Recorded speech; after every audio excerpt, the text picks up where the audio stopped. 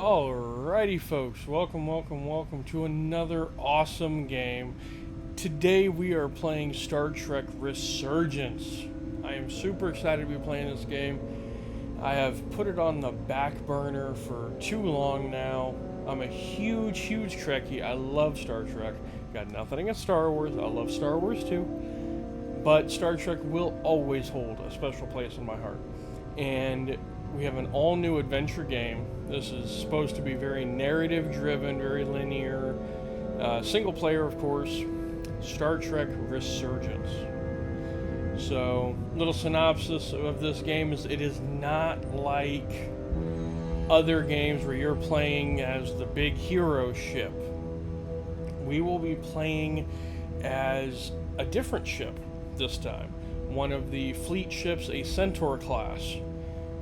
So we're going to be checking this out, having a good old time with it. Let me give a huge thank you to everybody tuning in over here on YouTube. You guys are absolute legends. Thank you so much for checking out more and more of my content every day. I really do appreciate y'all. Please don't forget, hit that like button, smash that subscribe, drop a comment down below, tell me what you think. Let me know if you've played this game before. So, without further ado, let's go ahead and pick ourselves a save game slot. Again.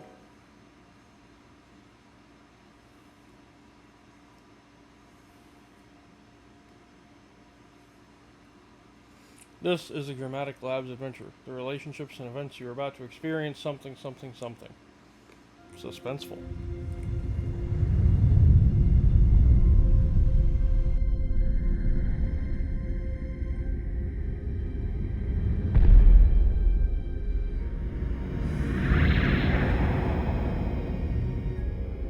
Captain's log, stardate 57931.4. The crew is restless. After spending too many months piecing our ship back together, we're finally about to venture out on a new mission.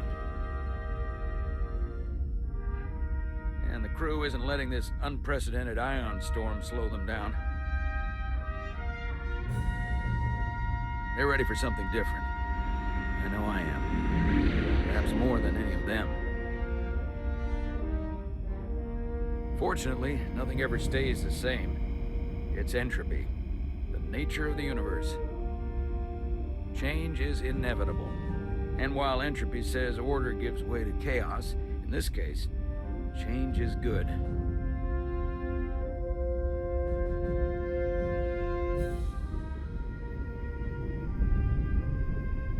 Our new first officer is en route to the Resolute. Jara Rydek. I know she'll bring a welcome dose of new blood to the crew.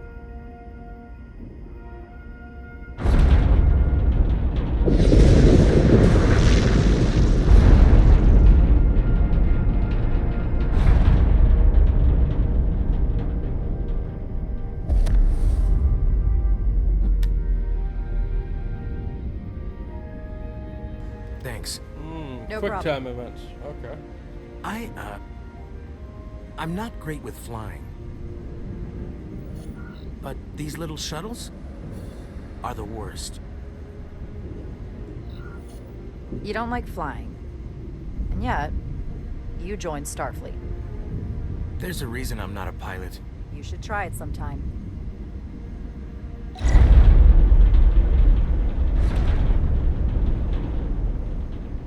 Interesting. Sorry, I'm a little anxious. I hadn't noticed. I'm on my way to my first assignment. When we get to the starbase, I'm transferring on to the Resolute. So am I. It won't be easy for Jara to step in at the 11th hour like this. But if she's half the officer I knew she could become when she was a cadet at Starfleet Academy, she'll be the XO this ship needs right now. Star Trek Resurgence. Alright.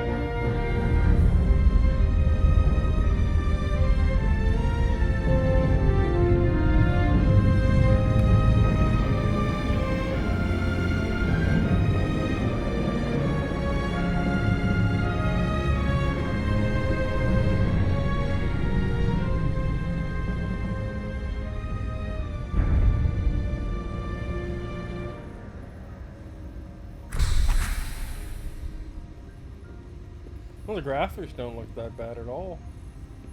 I like it. Oh, I get to move now.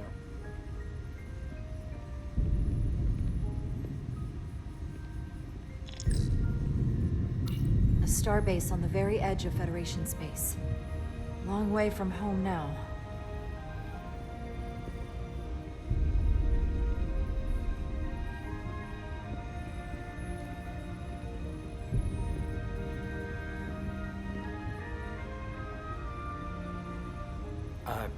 Commander? I'm not usually such a nervous wreck, by the way. I actually did well at the Academy. Oh yeah? Maybe you've heard of the Torvalin test? Sounds familiar. It's a tactical simulator that makes the Kobayashi Maru look like a picnic on Pintaris 5. Anyway, I finished in the top 20. Not just in my class. I mean, all time. In the history of the Academy. So, there's that. Really? That's quite impressive. Impressive. Thank you. It was tough. But you know, I set my mind to it and it paid off.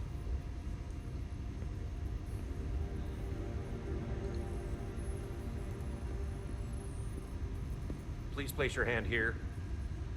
Hold it there for a few seconds.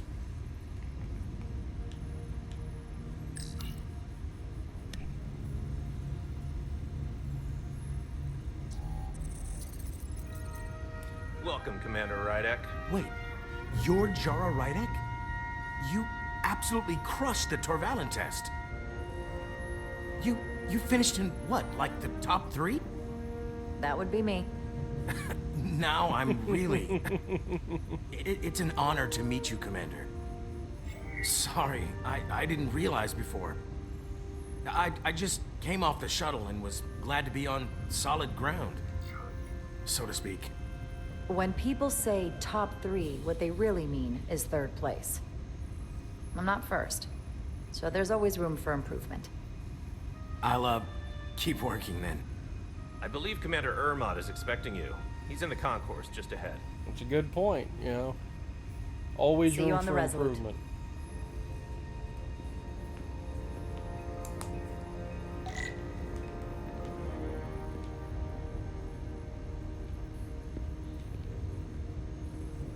The movement's a little clunky. Good day, Commander. At least when you're walking, it looks very... I don't know, a little unnatural, a little too If I remember my briefing, robotic. Commander Ermot is a Bolian, so I'm looking for someone with blue skin. Well, the repairs are coming along nicely. It's not you.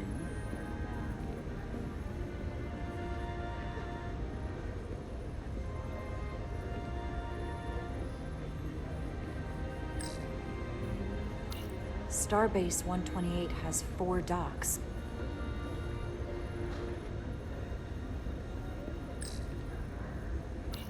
I'll replicate myself a meal once I'm on board. You know what? Let's Are you check all with right? whoever this is. Yeah, I'm just... Well, I'm not sure where my departure dock is. The Resolute's gonna leave without me. Look here. The Resolute is leaving from this dock. Huh, you're right. Nerves must be getting to me.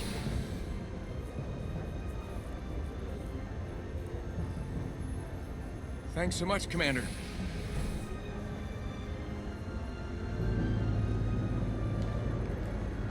Alright, well, we helped somebody out. Can't go wrong there.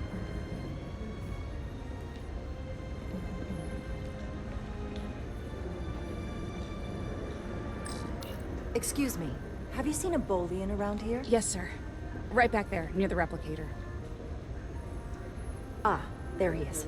Thank you. Happy to help, Commander.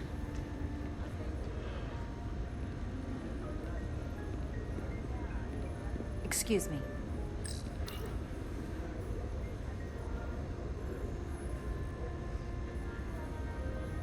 Welcome to the edge of the galaxy, Commander Rydek. I'm Commander Jan Ermot, Operations Officer on the Resolute. Commander? I hope there wasn't too much trouble getting here. This storm isn't making anything easy for us right now. I know conditions are less than ideal at the moment. It was a bit bumpy, but otherwise okay. My apologies. This storm is unlike anything I've seen before. I guess we need to research it. We're grateful you were able to come fill our first officer vacancy at such short notice. From everything I've read and everything I've heard, we're lucky you were available to us. Coming from a premier starship and all. To our little research vessel. What exactly have you heard about me? First in your class at the Academy. Received the Starfleet Award of Valor during the Dominion War. Most recently, Tactical Officer and Chief of Security on the U.S.S. Endeavor. You've done your homework. Like I said, we're very lucky.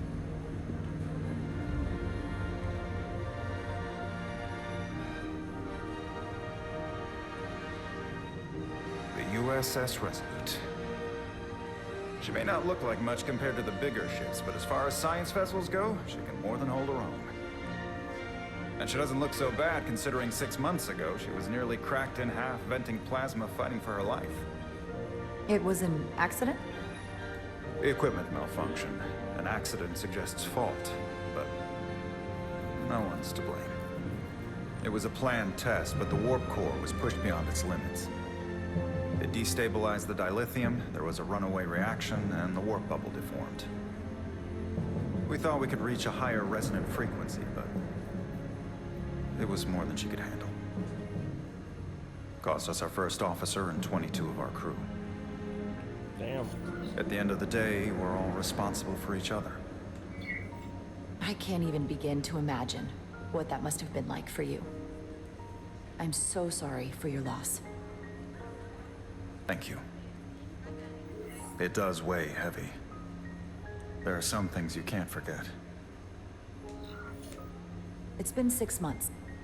What's the attitude among the crew now? Unsettled. But I hope that a new mission will help them move forward. If not, move on. Listen. I realize you've known Captain Solano for quite some time, and I'm sure you're ready to bring your best. But I should warn you that when the captain announced you would be the new first officer, there were those who felt it was a mistake, that he should have promoted from within. So you might want to tread lightly at first. Until they come to value your contributions as much as he does. I can Trust is earned, and it sounds like I have my work cut out for me. But I plan on winning them over. I don't doubt that. I just figured it was better to know what you're walking into. Of course. Starfleet has assigned us a high-priority mission to the Hotari region. Jara made a good first impression with Commander Ermot, coming off as a shrewd and inquisitive, while showing empathy for what the crew of the Resolute suffered. Ensign Calloway was grateful for Jara's sense of humor when he was nervous on the shuttle flight. Okay, so we've met 2 of our 5 crew that I guess we'll be able to form relationships with. I'll let the captain brief you on board. I know he's eager to see you. Will we be mission ready in time? We have every intention. The crew has been working around the clock to get the ship ready. There's still so much to do. Well, as the operations officer, I expect you to have it under lock and key.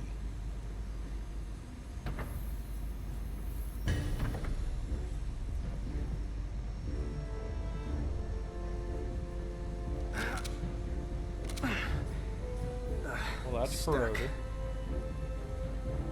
I got just the thing. Plasma torch. Plasma torch. It's gonna be a bad idea.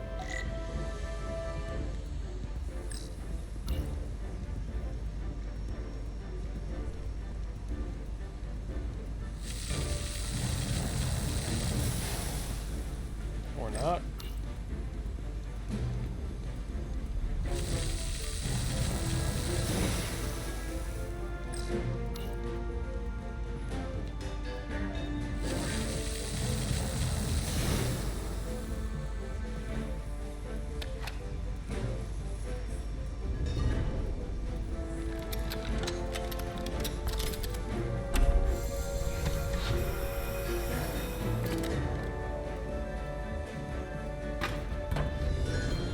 about to say that power coupling looks spent. And that...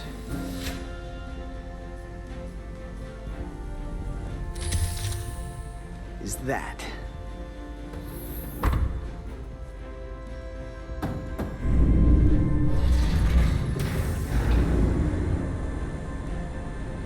The lower deck.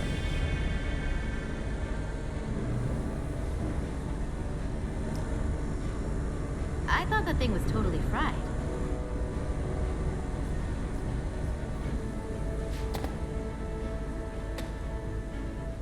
Nice work, Carter. Nothing to it, Millie. And not a moment too soon. The boss wants us down in engineering. Like, now.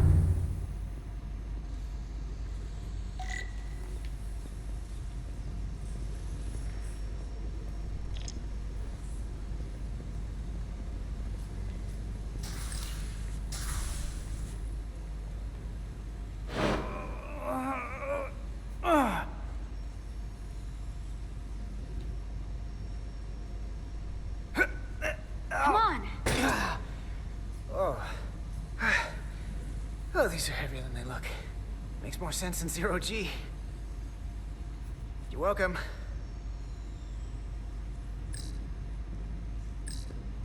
So clean I can see myself. Carter Diaz! And you know what? Not half bad.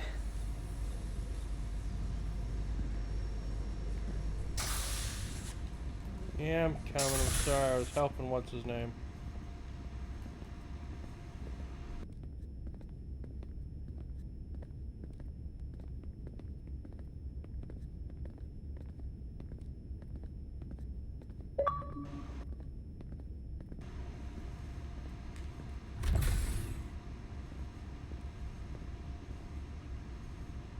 Engineering. I heard the new XO just arrived. Won't be long before we get underway. I just hope whatever Chovak called us down for, it's something good. I can never tell with him. I'd rather not end up degaussing plasma manifolds. You and me working together, we can tackle anything he throws at us. Your optimism is positively contagious. It's good. Needs to be. Looks like we got here before. Lieutenant Commander Chovak. We were just looking for you, Commander. Petty Officers Ed Solar, Diaz. I was beginning to think you would be late. We are all hands on deck right now, which means if you are not at your post at the appointed time, I do not have someone to replace you. A point I have been forced to make to Petty Officer Ed Solar on repeated occasions. Apologies for the delay, Commander. I do not want your apologies. Simply see to it that it does not happen again. So, I don't suppose you wanted us down here to check in before we go off duty? Equip yourselves in EV suits to work on the exterior of the hull. I need you to tune the structural integrity field for optimal performance. The subspace distortions and ionic interference we are experiencing are preventing the proper calibration. But this ship must be ready to depart shortly, despite the storm. The precise nature of these disturbances are not fully understood. But many systems have been affected by the wide band of emissive activity. Whatever it throws at us, we'll be ready. We've got the best chief engineer in the fleet. I am a Vulcan, Mr. Diaz. Flattery is not necessary. All that I require is that you do your job. Right now, that entails critical preparations, because long-range sensors show that these disturbances will be more severe at our destination, the Hotari system. You have your orders. Do not delay. Yes, Commander Roger that. Chovak. All hands on deck. Oh, what's that? All hands on deck. That's what Chovak said. You know what that means? It means this ship isn't ready to go out and the brass know it. So they're throwing every warm body at it. And they're going to leave on schedule. Consequences be damned. Now, you gotta have some faith, Millie. Starfleet Command wouldn't send us out if we weren't ready. 6 months ago, I probably would have said the same thing. But this isn't just any old refit or any old relaunch. Whoa. Excuse me. A lot of new faces coming on board. It's gotta be tough coming as a replacement. That's for sure. They seem alright. Something that happened 6 months ago while they were off on another ship? Well, that's nothing to hold against them. Yeah, you're right. I guess getting a little new blood on board doesn't hurt. Hold on. Now there's an old face I didn't expect to see again.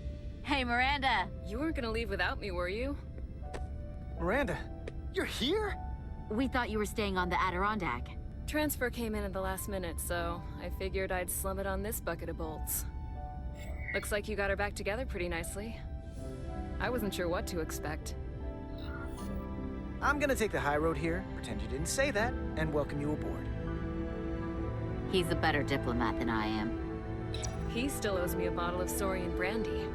Don't think I forgot. Oh yeah, it's coming back to me now. Maybe Carter can rustle Now up it that is. bottle and we can give you a proper welcome.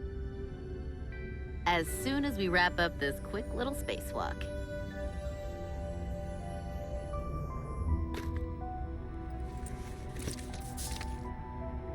Here, let me help you.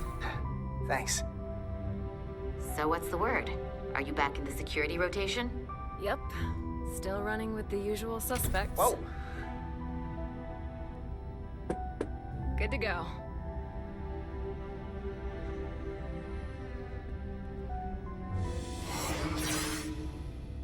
See you on the other side. Activating magnetic souls.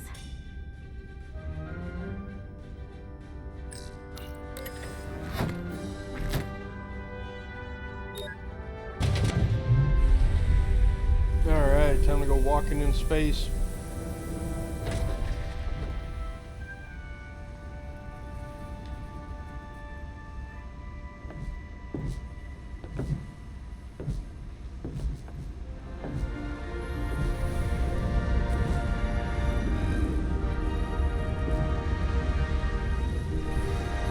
That view never gets old. Let's go. Damn.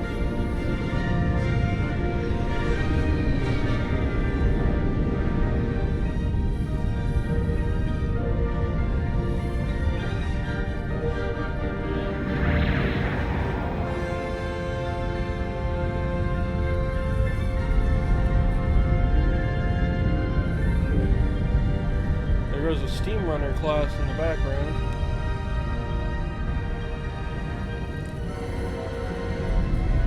That big boy's a warship, though.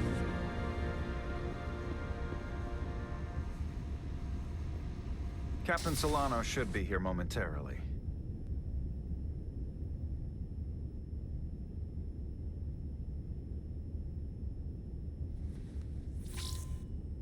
You'll have to forgive me, I don't know much about Kobleods. But my understanding is you need a steady supply of duridium to keep your cell structure stabilized, or bad things start to happen. And we have plenty of duridium in sickbay, so there's no risk of running out. Thank you. Feel Well, free that's to make good to yourself know. at home. Find And out help that yourself I can to just whatever die. you like from the replicator. Like, that's good to know.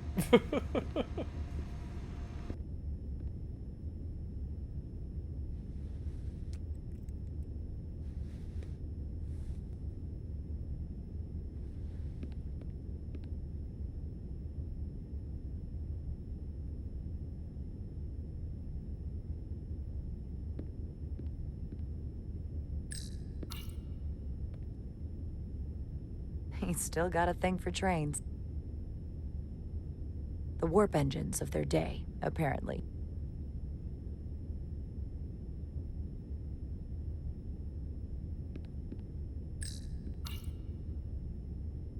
We'll be out there soon. Going where no one has gone before. It's definitely beautiful. That storm is interesting.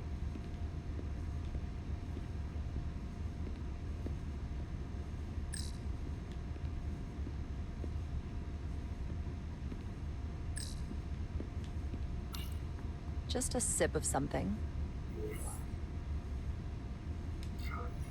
Tea. Tea. I love my tea.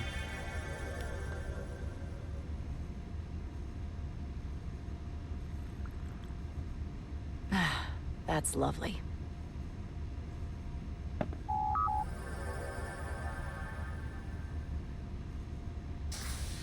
Jara Rydek. Last time I saw you, it was graduation from the Academy. You'd already secured one of the most prestigious assignments possible. And you were burning with enough ambition to fuel 7 trips around the Necrid Expanse. It's good to see you again, Captain. I could not be happier to have you on the Resolute. The only regret is that we couldn't provide you with a warmer welcome. The arrival of a first officer to her new ship deserves a bit of fanfare. But, unfortunately, we've had our hands full with the refit. That would be totally unnecessary. I don't need any pomp and circumstance. You've been here all of 5 minutes, and already you're trying to make us more efficient. I like it. As I'm sure you've heard, we've had a rough go of it these last 6 months. Captain. The ship suffered some damage, but not nearly as much as the crew. I assume you mean the accident. That's right. The tragic accident, really. We were on the verge of a major scientific breakthrough. A quantum leap forward in warp core technology. 10,000 teradynes per second.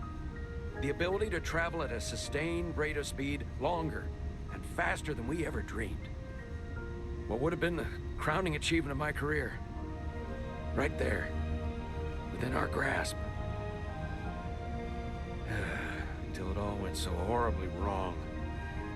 We pushed her too hard, and a warp core malfunction overloaded the system, creating a pressure gradient way beyond what the ship can handle. It was heartbreaking. We lost some of our best people. As captain, I have to take full responsibility. It was my decision to make, and I have to live with the consequences. We all know the risks when we sign up. There are no guarantees. As much as we tell ourselves otherwise. True. But as captain, my job is to mitigate and manage the risks as much as possible. And that's where I failed. In my defense, I will say, I might have avoided the whole ordeal if my senior staff had been willing to trust me. There was a lot of pushback from my former XO. I think that cost me his confidence. I don't want you to pull any punches. Certainly not on my account. But once we decide on a course of action, I need everyone to fully commit to the mission. Anything short of that just won't work. And that's when things start to go sideways. Whether I agree or disagree, I can promise that I'll be honest to a fault. Good. That's exactly what I'm looking for. But at the end of the day, it has to be my call. Look, I'll be blunt. We can't afford another mistake. Or at least, I can't. I feel like my career is hanging in the balance here. We need a win. Something to restore the crew's confidence. I understand. On a more positive note, Starfleet has tasked us with what they're calling a mission of the highest priority. Escorting a senior diplomat to Hotari space. 2 previously peaceful and otherwise non-aggressive civilizations now find themselves on the brink of all-out war. So it's a peacekeeping mission. I see it as a golden opportunity to not only prove what the Resolute and her crew are truly capable of, but also a mission for which we're uniquely qualified. This ionic storm. Our long-range sensors suggested several orders of magnitude stronger than anything on record. A total anomaly like nothing we've seen before. And you'll never guess where it leads. Hotari. Exactly. Right to where Very we're nearly in the going. precise location where we're headed. Where I imagine the interference will be exponentially greater. But the diplomat will brief us on the details of the rendezvous. But are we prepared to embark on the mission? As much as I'd like to think that's true, I have my doubts. But I don't want to get ahead of myself. I expect we'll have some rough sledding when we arrive, so I need you to prepare the crew for the worst.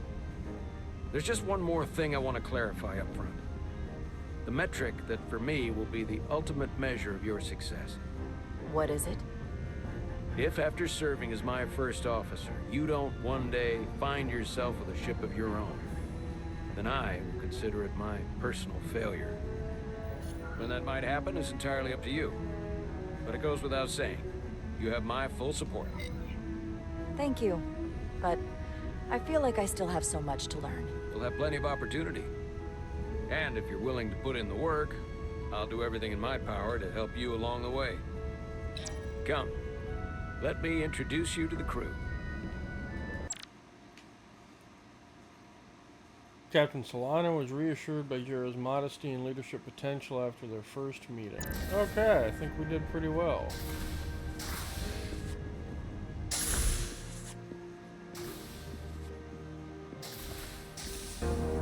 It's the bridge!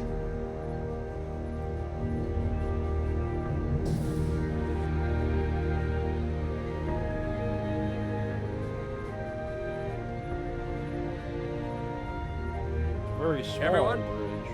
if I could have your attention for a moment. I'd like to introduce Commander Jara Rydek, our new first officer. Some quick introductions. This is Lieutenant Handar, our helmsman, one of the best in the business. One of? Well, what he lacks in humility, he more than makes up for in ability. A pleasure to meet you, Commander. Likewise. Next, we have Commander Westbrook, our Chief Science Officer. I've come to rely on his expert counsel on a regular basis. Pleasure. Commander Rydek, it is such an honor to meet you. This is our tactical officer, Lieutenant Bedrosian, who's been looking forward to meeting you for about as long as I can remember. I've been following your career for quite some time, and I look forward to learning as much as I can from you. If anything, the honor is mine. Well, I have to admit, one of the reasons I've followed your career is because you're part Kobliad, because of what you've overcome. Starfleet stands up for people who can't defend themselves, and you were one of those people once. But since then, you've done so much to protect others who need it. I really admire that. So, you've been something of an inspiration to me. Not that I've done anything close to what you've done. I don't know what to say. That's incredibly flattering, thank you. I hope someday I can follow in your footsteps. I'm sure you will. And then, of course, you've already met Commander Ermont. Please, do everything you can to make Commander Rydek feel at home here. I'll be on the starbase. Have an urgent meeting with the starbase commander to get our authorization to get underway. If they drag their feet any longer, we won't make our rendezvous. The bridge is yours.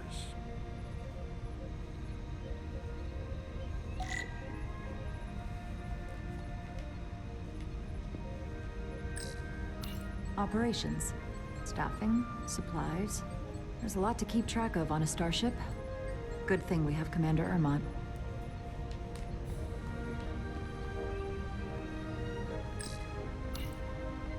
The helm. The Resolute is a refitted Centaur class, meaning it's capable of quick maneuvers. Can't wait to see what she can do.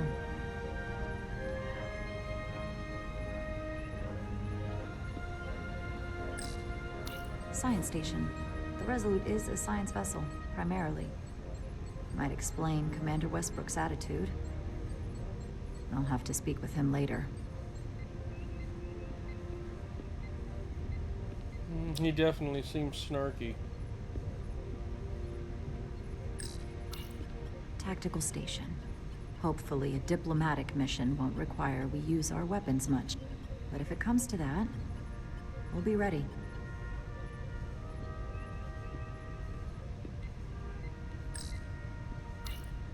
The first officer seat. My seat. Right now, though, I need to fill in for Captain Solano.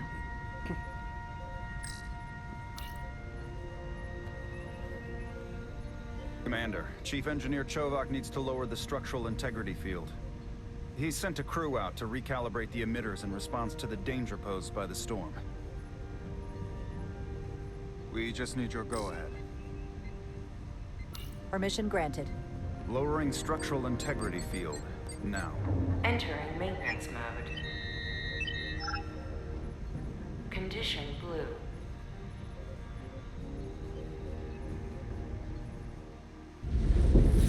Oh, now we're The back storm is on getting the worse. other team. Looks like they turned off the SIF. Great. Let's get to that emitter.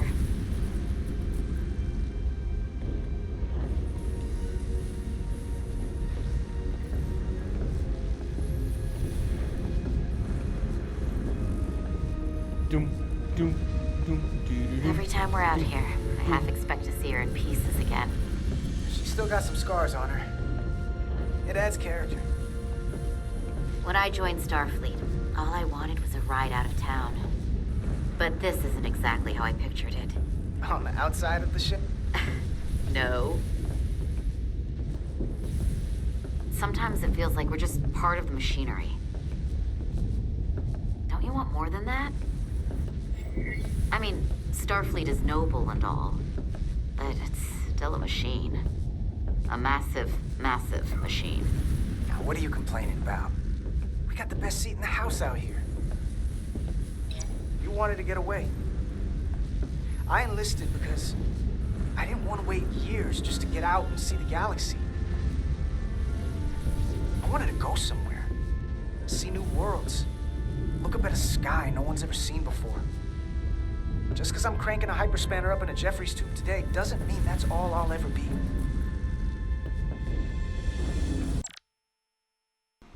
Alright, let's see here. Ed Solar felt encouraged by Carter's positive attitude during the hull walk.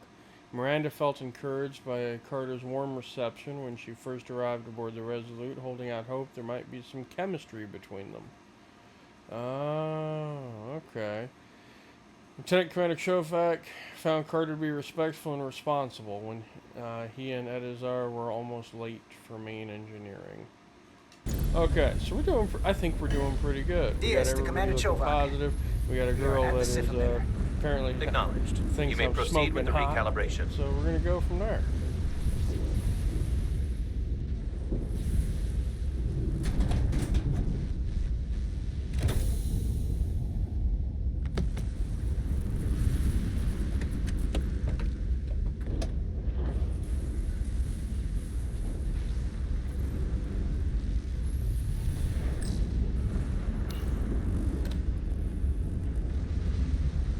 Beginning recalibration.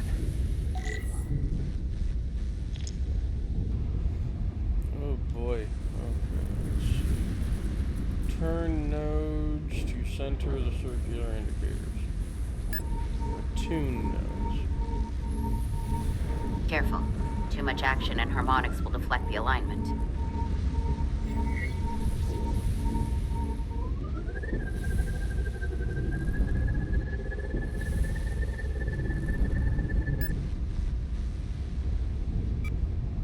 Looks good. That wasn't so hard.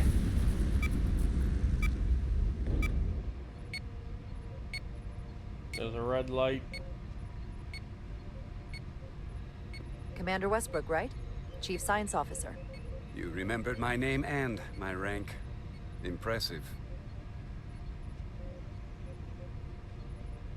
Yes, I'm the Chief Science Officer, and I have the dubious honor of being the most senior officer on this bridge. I know this ship inside and out. Better than just about anyone. What a very impressive list of credentials. This is a research and discovery ship, first and foremost. Now with a former tactical officer as its new first officer. I'm curious, though. A Kobliad, or half in your case, is an odd choice for first officer, given your vulnerable condition and all. But if, as an example, we found ourselves in a hostile situation, and you were suddenly incapacitated because you needed an infusion, what would happen then?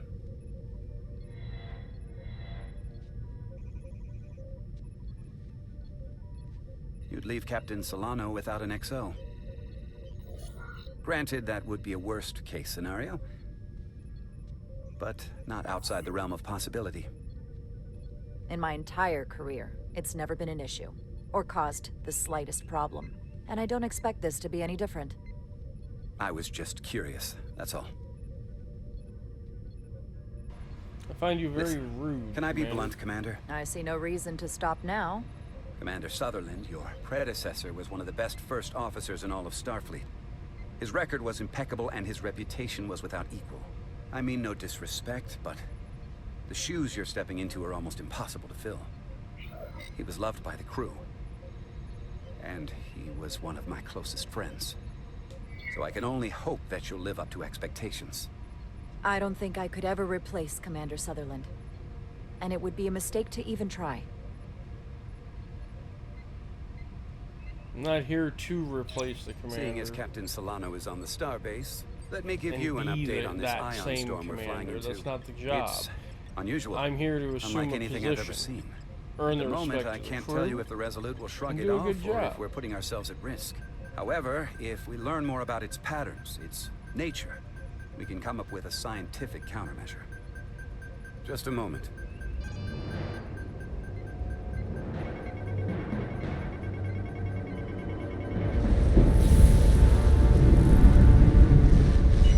We've got a massive energy wave inbound. On screen.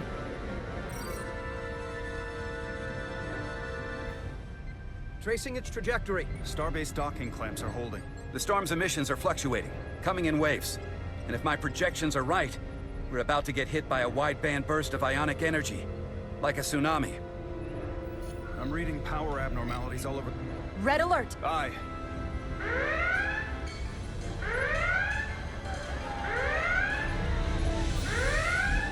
Evacuating main gangway and retracting.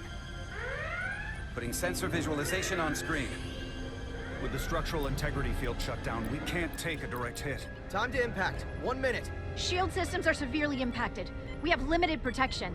I need every available solution. What are our options? We can weaken the impact of the storm with a deflector pulse. There's a better way. I'm sending all auxiliary power to the deflector dish. Send the aux power to the shields. We can't reactivate the entire shield bubble, but it's a directional threat. So we can orient all we have towards the wave.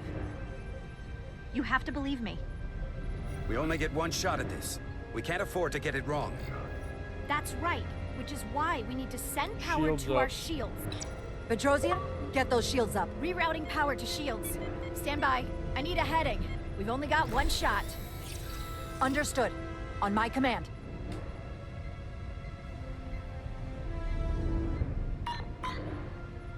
Heading locked. Raise shields.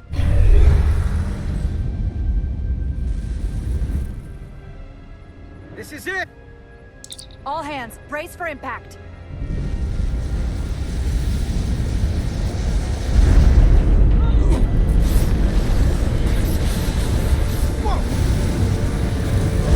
Shields just saved their lives.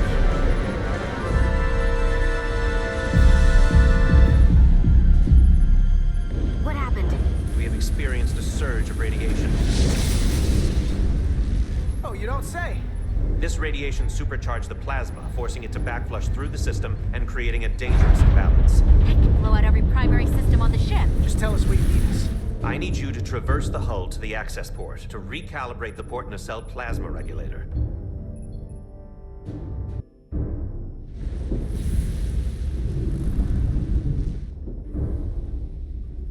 We've reached the first access point. Understood. Do you see the override for the level 1 failsafe circuits?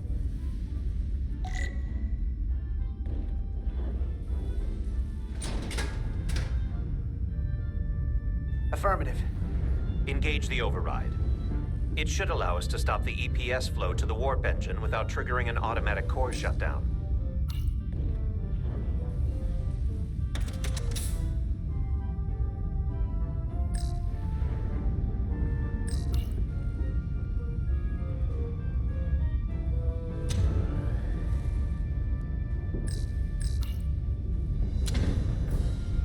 Failsafe override engaged.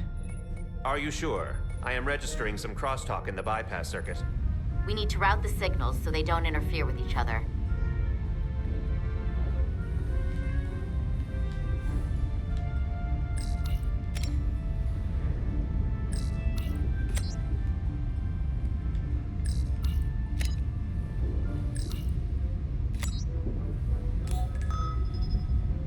Diaz to Resolute. The failsafes are temporarily disabled. Moving on to the EPS regulator. Heads up, Carter. What is that? One of the discharges coalesced. It's coming right toward us. I'm gonna try to disrupt it with my phaser.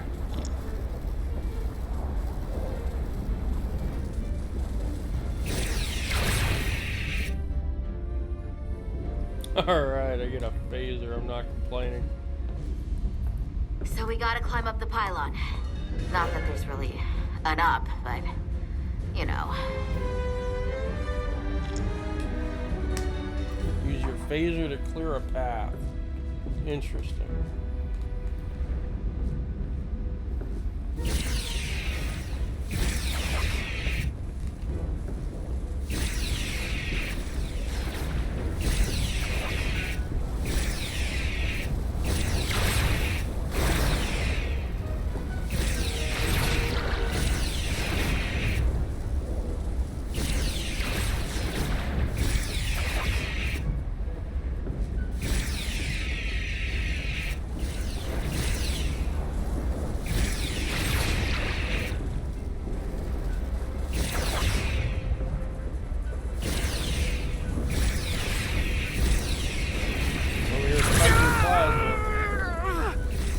Are you alright? Yeah. Suit took most of it. Snuck up on me. That damaged your suit. Energy dampening is down to 60%.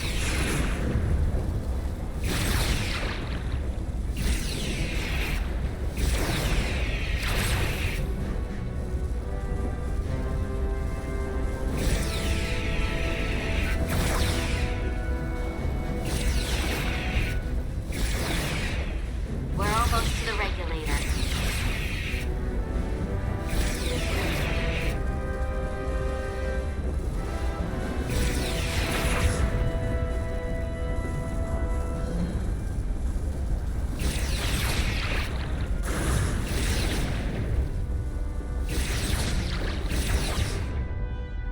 We're at the regulator point. Opening the access panel. I am now halting the EPS flow to the port nacelle. We have little time before it causes an overload in the engine. You must work efficiently.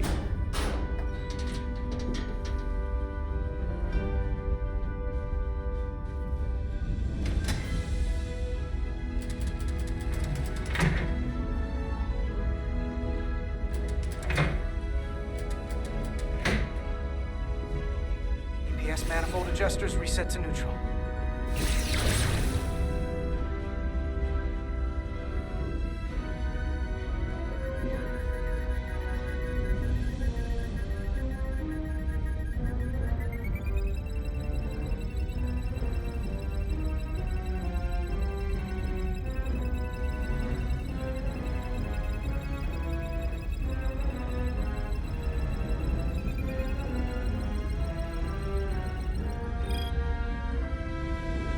EPS lines to the port warp engine are back in balance. Almost done. Once I cycle the manifold nozzles, Chovok can...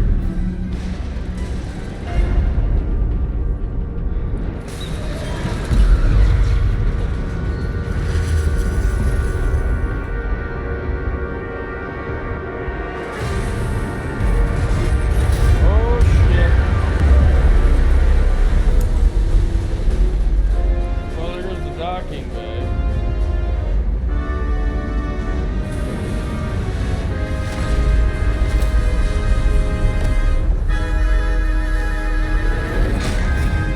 Oh,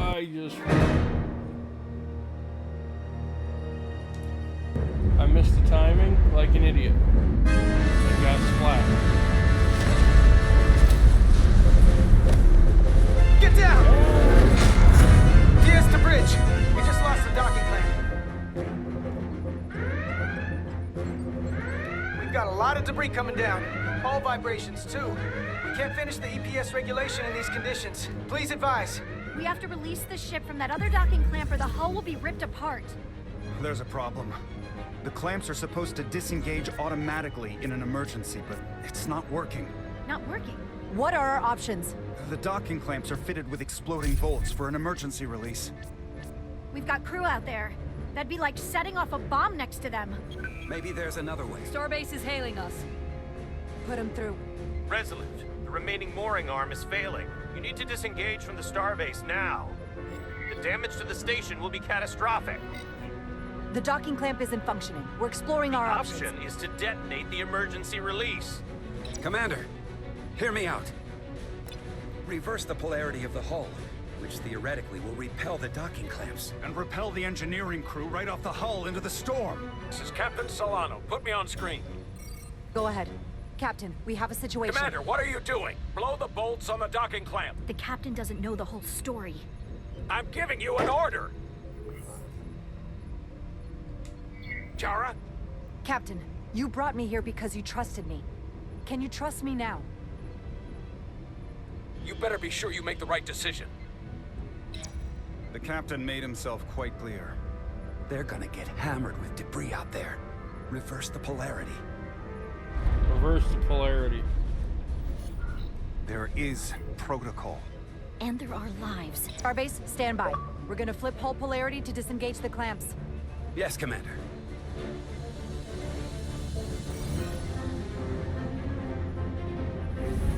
Repair crew, this is Acting Captain Jara Rydek. Be advised, we are going to reverse hull polarity to free us from the remaining docking clamp. Tether yourself and deactivate your boots on my mark. Understood. 8, 7, 6, 5, 4, 3, 2, 1. Tethered. Mark!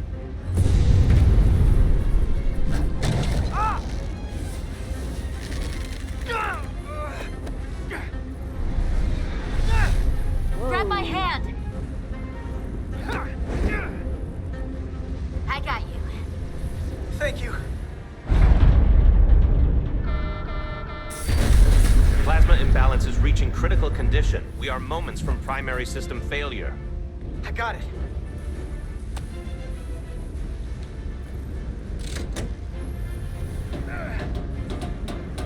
Come on, you can do it.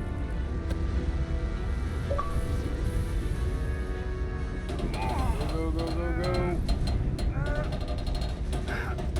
Come on, you can do it.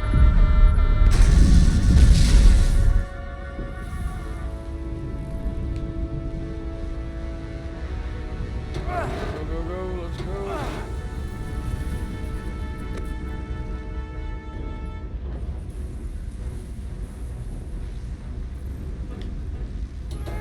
Together, push! Bingo bongo.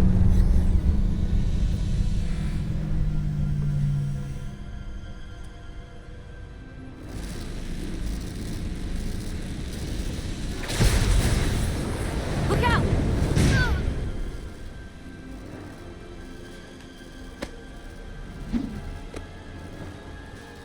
I got you. Petty Officer Edselar's hurt and unconscious. I'm gonna have to tow her back to the airlock. Mr. Diaz, the situation has changed. You are at risk of triggering a substantial electromagnetic arc if you approach the main hull the way you came. But Commander, the way we came is the nearest airlock. There is an auxiliary hatch near you on the far end of the pylon. You must bring Miss Edselar there to access the interior. Roger that. Going there now.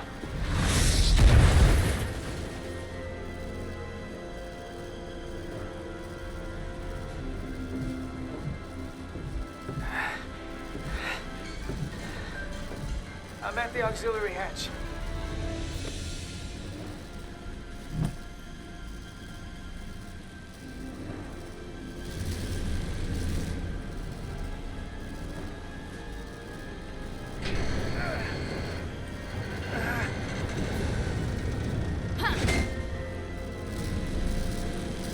You go first. What? Let me save your neck this time. No, get your ass in there. No time to fight me on this. Get in there. Not on your life. Let's not let it come down to that.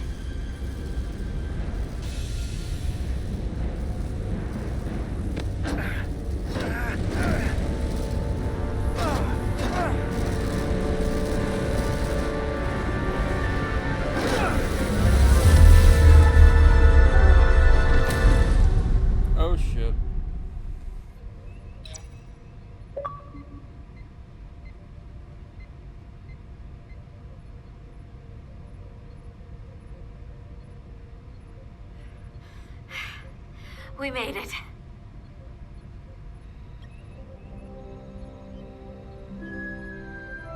They're safe. Bringing the SIF fully online. Do it.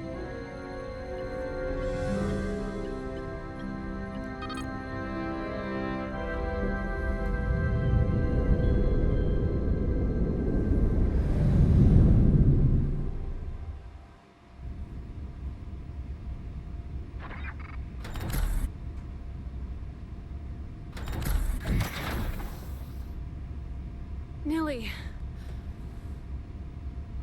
I'm good. Help me with him.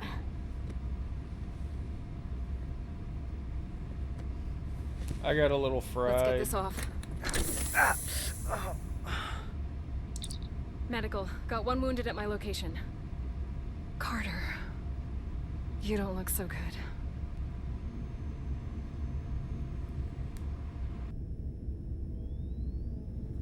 You gotta be more careful.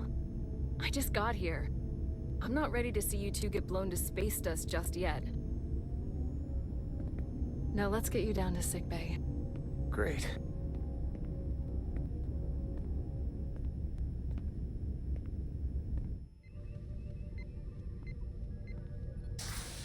Status report.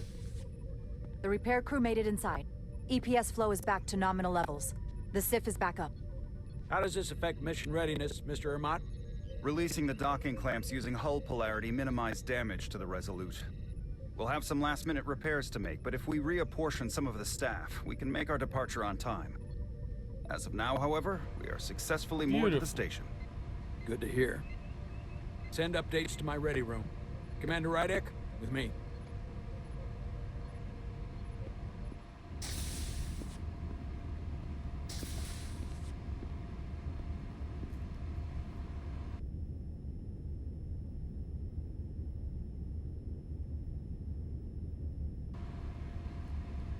He's pissed. You disobeyed my orders. Well? Respectfully, Captain, I made the right choice given the You information I had. disobeyed my orders! And not just in front of the bridge crew, but the Starbase staff as well. That's going to get around. My name's already tarnished around the fleet. But what Captain, is it why going don't to do you to my start credibility valuing on this ship? Your crew. From the top to the bottom. Bridge to lower decks. Captain, I told you I'd be honest, so here it is. Maybe I shouldn't have disobeyed a direct order, but you were wrong. You weren't on board, and you didn't have all the information. So I made the right decision for the ship. If you're worried about your credibility, put your ego aside and trust your crew. Trust me.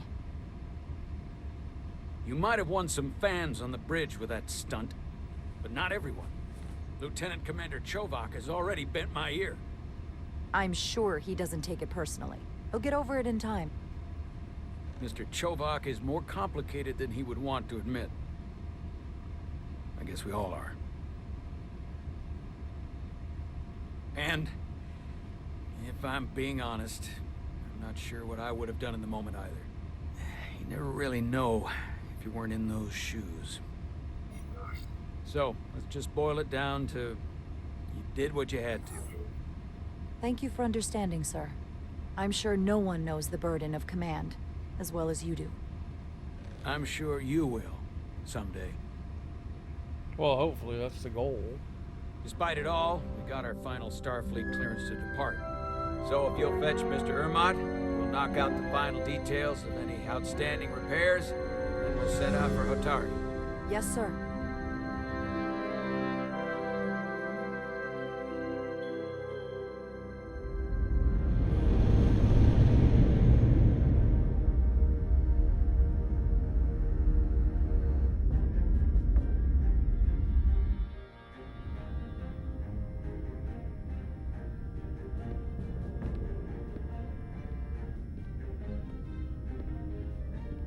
All departments reporting full mission readiness.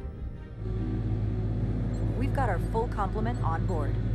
This is my favorite moment, right now. The start of a new mission is always full of possibility. The Orion Syndicate could sell it as a drug. Don't let the Admiralty hear you say that.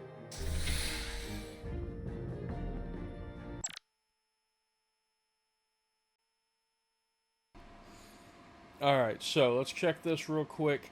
Captain Solano's fury over having his orders defied was compounded by Jara's continued rebellious attitude and stubborn opposition to his leadership, leaving him questioning his choice of first officer.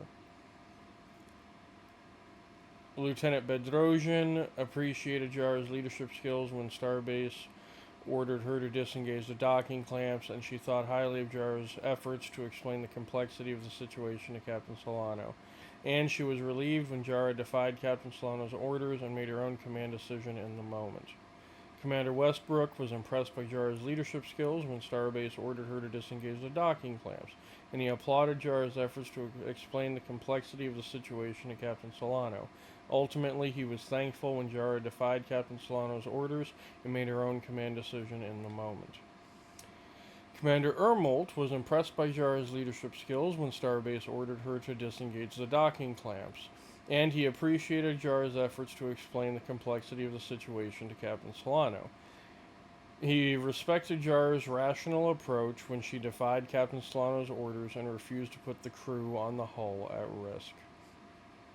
Lieutenant Commander Chovak did not approve of Jara's unwillingness to follow protocol when she defied Captain Solano's orders to blow the bolts from the docking clamps. Well, he's Vulcan. It makes sense. Ensign Calloway was grateful. Okay, so we haven't come back to him yet.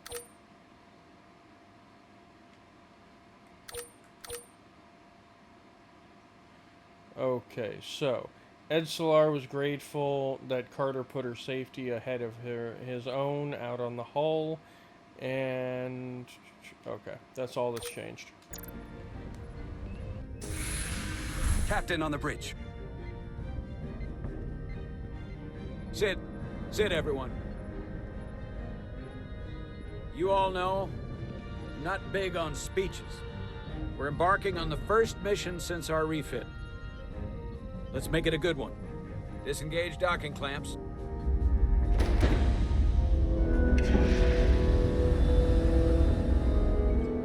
Docking clamps released. Did we re-dock and Thrusters nobody ahead, told Mr. me? Handar.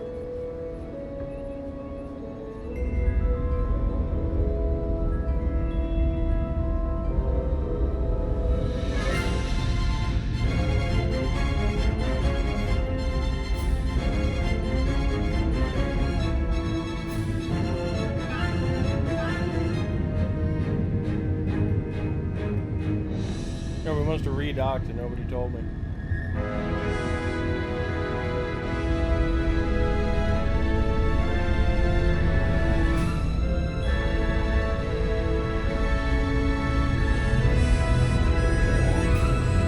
That should do it.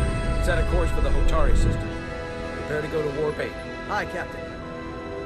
You know what? You take this one. Me?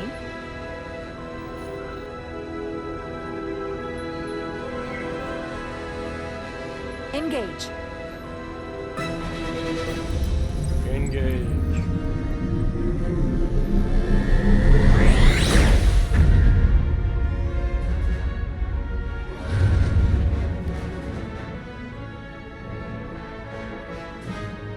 Simple, but effective.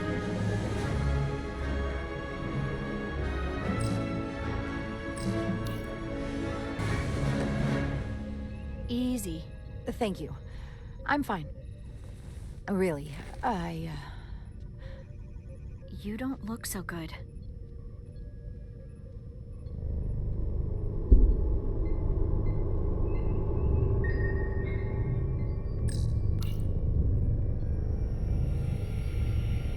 I have to get to sickbay. Go. Uh-oh. Commander, help me get her inside. Oh, shit.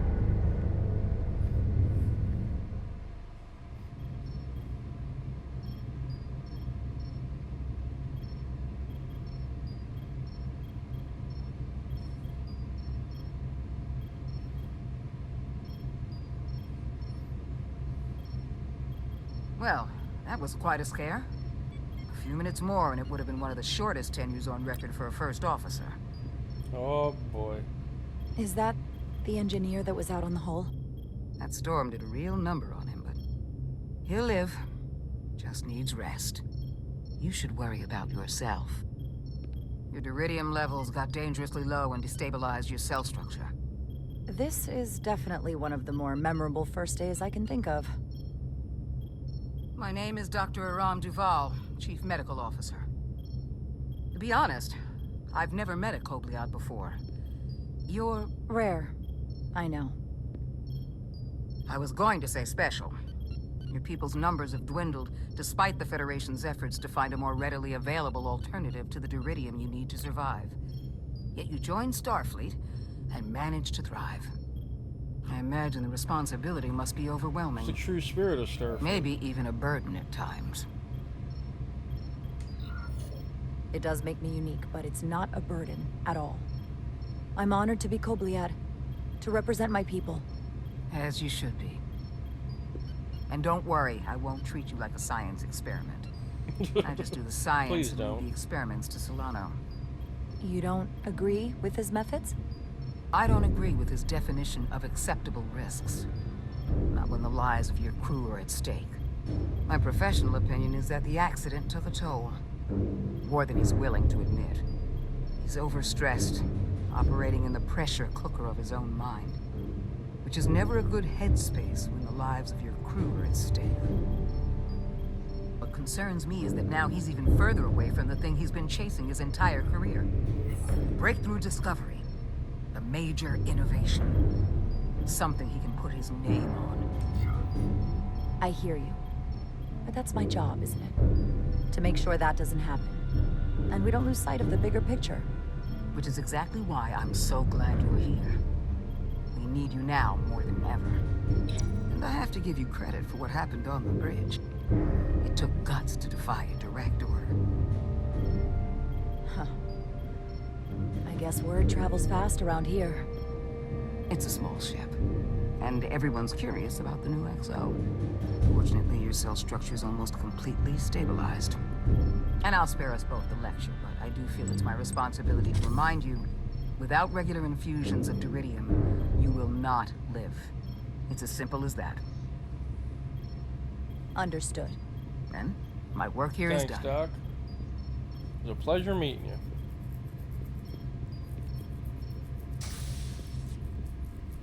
Lieutenant Bedrosian. I came to see if you were okay.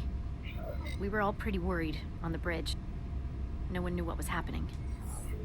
I'm feeling much better. Thank you. It's just part of who I am. You don't have to explain to me. I understand. I'm just glad you're okay. You trusted me earlier with the shields, and I appreciated that. I want you to know that I have your back. Thank you.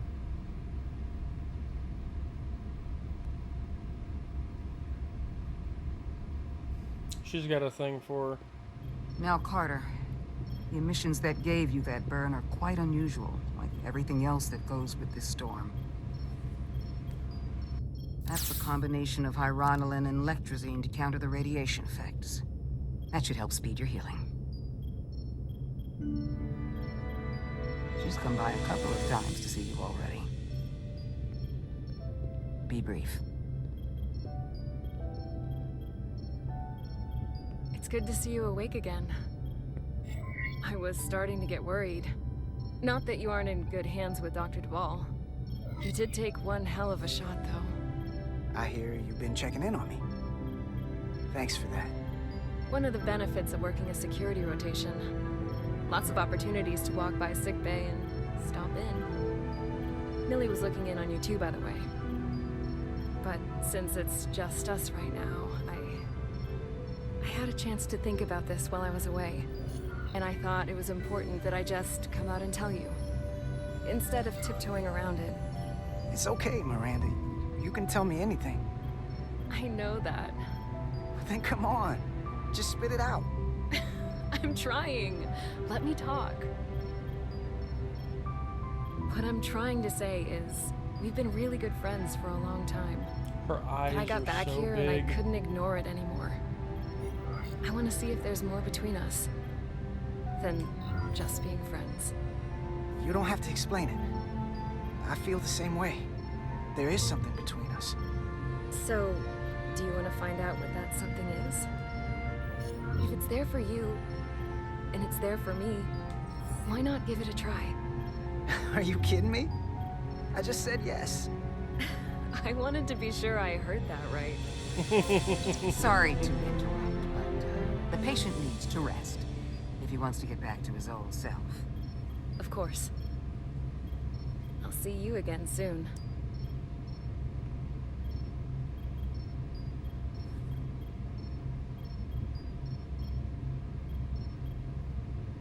Well, that's a hell of a way to start.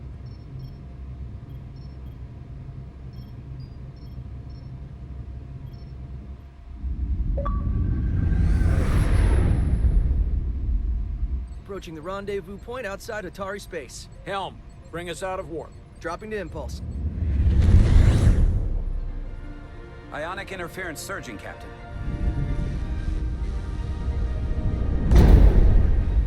Shield integrity holding. We can take Immediately it. gets smacked We are at the by a correct big-ass coordinates to rock. meet the shuttle. Commander Rydek, find us our diplomat, if you will. Aye, Captain. Let's reduce the noise. Filter out environmental signals. I can manually tune what's left for Federation signal types.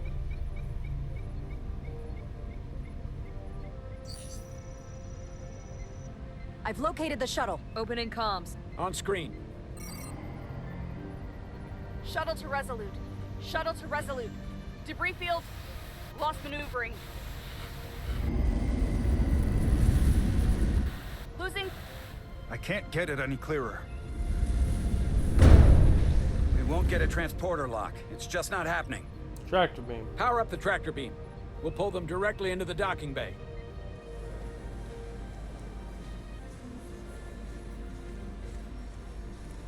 Diaz, you good to run the tractor emitter? Yes, sir.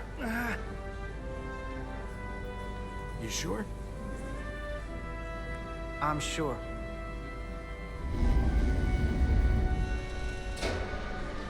Come on, Diaz. No offense, First anything, thing, but why didn't you do lock it onto yourself? the shuttle and stabilize the rotation.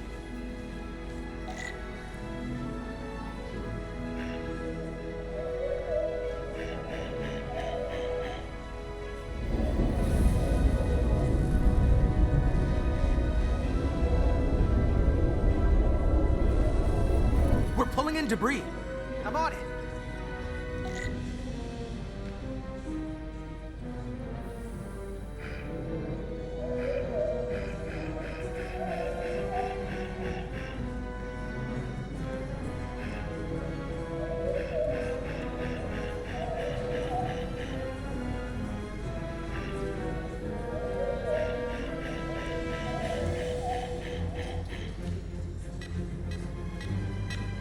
I was a little close for comfort. That's gonna take out the shuttle. Diaz, the bridge. There's a large piece of debris headed for the shuttle. The tractor beam can't handle it. Can our shields take it? I believe so. Commander Rydek, plot an intercept course. On it.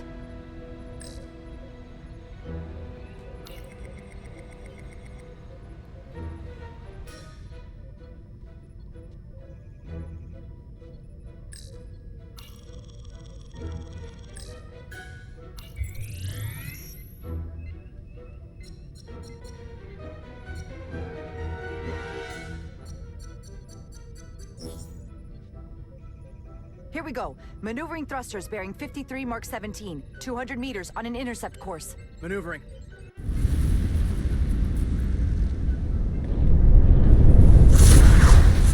Got it.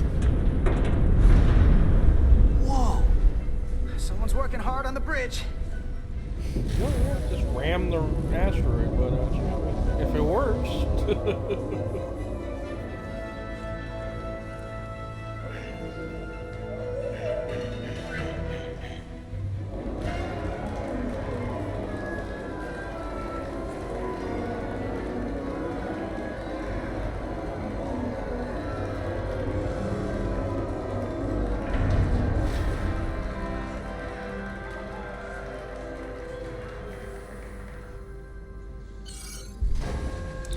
got the shuttlecraft on board.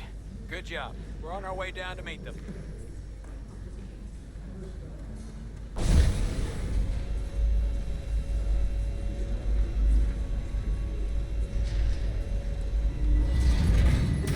Terra firma, so to speak.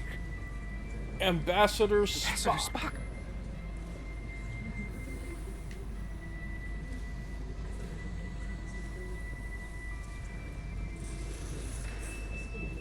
The captain will be right down to meet you, sir. In that case, I will wait for him here.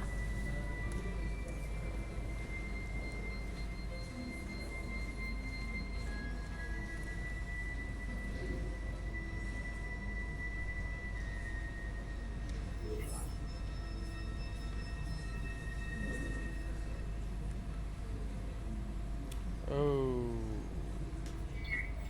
That was a bumpy ride. Are you all right, sir? There are some elements of space travel that I would prefer to have left in my youth, but I am, at present, unharmed by the ordeal. It appears I have you to thank for my safe arrival. Your assistance arrived not a moment too soon, if I may say so. All in a day's work, Ambassador. This is what I'm here for. Quite dutifully. We thought we were prepared for our arrival in Hotari space, but it is evident my craft was not sufficiently robust for such intense ionic activity. The storm has been pretty intense.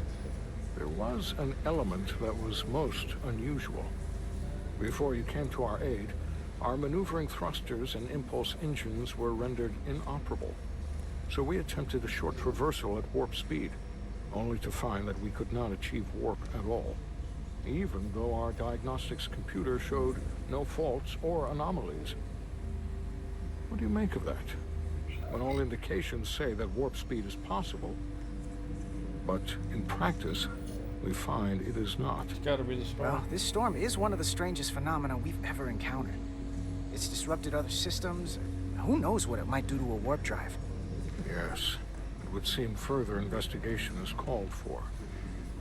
Take readings, run some additional diagnostic checks, and we'll get to the bottom of this.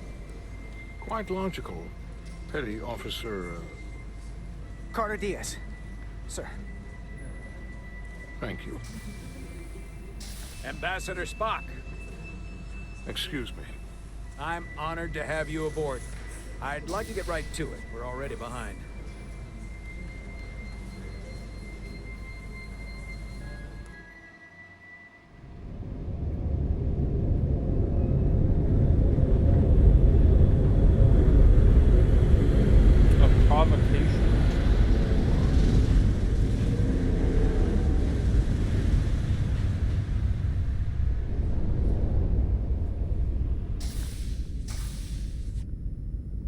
Ambassador Spock, my senior staff.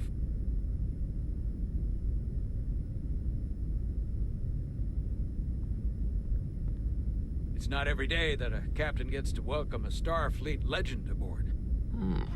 You flatter me, Captain Solano. But legend implies the past tense, whereas I am very much focused on our present circumstances. I didn't mean to suggest you were stuck in the past. You're right, Ambassador. Not the most diplomatic choice of words. Your experience comes from the past, but our present situation calls for it. True enough. We were hoping you could fill us in on the details. We got the basics from Starfleet. Two formerly peaceful neighbors are now on the brink of war. Indeed, and the tension between them grows fiercer by the hour. But why?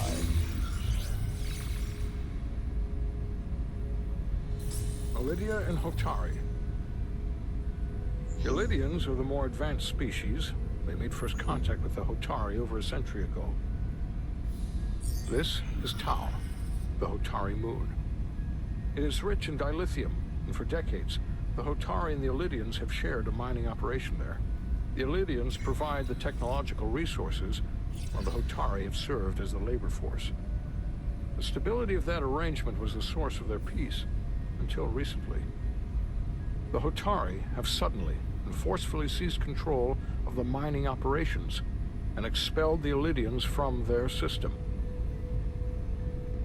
That is the official story, as told by the Hotari when they requested Federation mediation. But the details remain scant.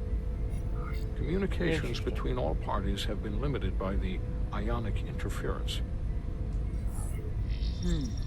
Have the Illydians retaliated against the Hotari? Or taken any action against them?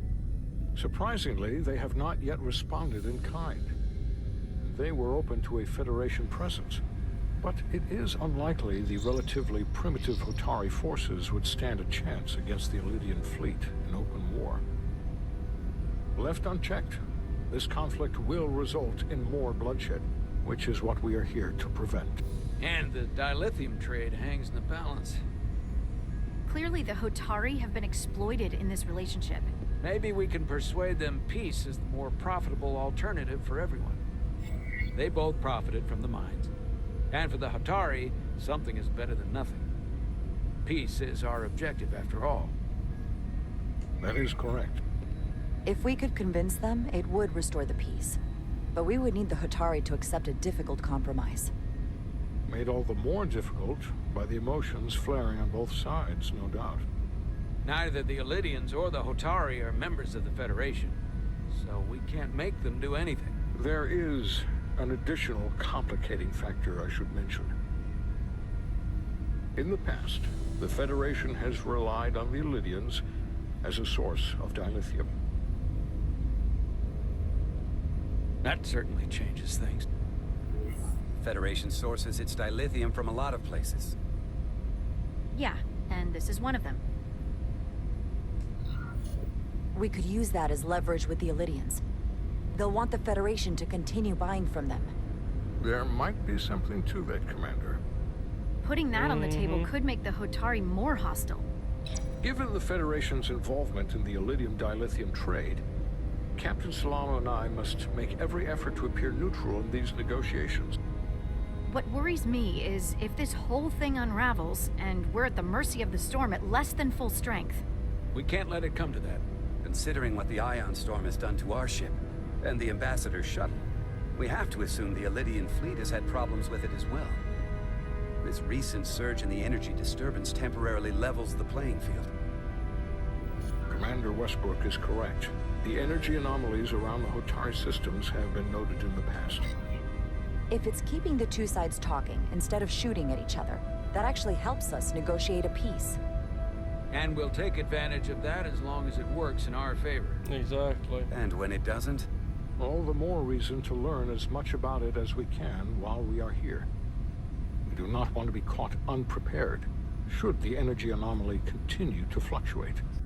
So I trust we understand our circumstances.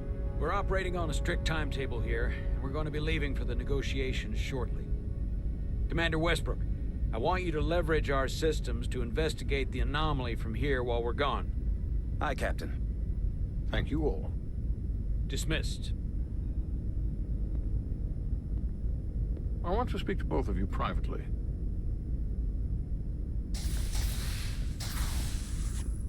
Ambassador Spock, I'd like to make a formal introduction. My first officer, Commander Jara Rydek. Commander, as you are aware, there are limits to what Captain Solano and I can do in our official capacity as representatives of the Federation. But someone in an unofficial capacity, your first officer, for example, would not be bound by those restrictions. Commander Rydek could ingratiate herself to certain parties behind the scenes, where they may be more candid in revealing information that could lead to a resolution. She certainly knows how to say the right things. At least when she wants to. It would be unconventional. I'm honored to be included in the negotiation process. You're not just included, you are instrumental. Well, I hope Commander Rydek will have more luck finding out what really happened than we will through official diplomatic channels. The fate of the negotiations, the interests of the Federation, and the prospect for peace may very well depend on it. Oh boy.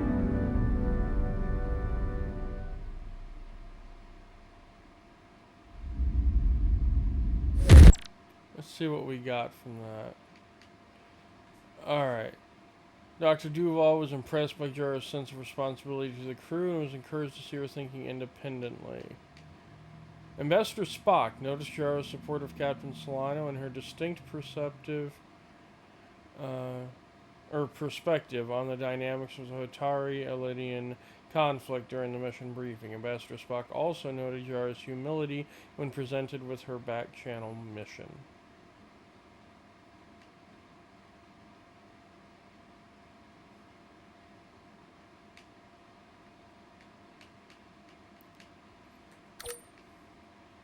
Alright, let's see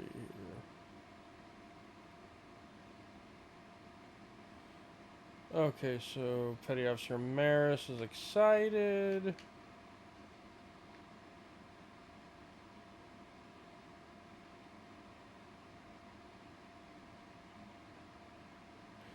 Ambassador Spock was impressed by Carter's skilled use of the tractor beam to rescue the shuttle, and he was struck by Carter's modesty and work ethic. Alright.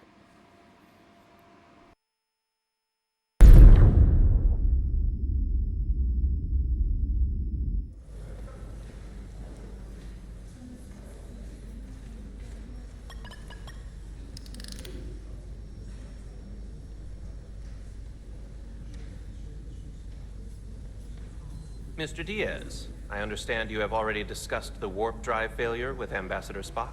I have. It is imperative that the Ambassador's shuttle be flight ready. I need you both to ascertain the root cause of the system failures he encountered. I'm surprised, Commander. I thought you would have wanted to work on Ambassador Spock's shuttle yourself. I respect the Ambassador and his many accomplishments, but I do not derive any satisfaction from interacting with his shuttle as if it were somehow transubstantiated through its association with him. Especially when I have the entirety of this starship to concern myself with. I am not the chief engineer of this shuttlecraft. The Ambassador asked me to take a look, and I'm ready to crack this thing open. Good. You could learn from Mr. Diaz's focus. I'll take notes. Then I will leave you to it. Make note of any abnormalities in your report. Carry on. It seems like he's warming up to us. Yeah. Even Chovok has to look at that face and know you've earned some real respect. And I have to admit that I owe you one.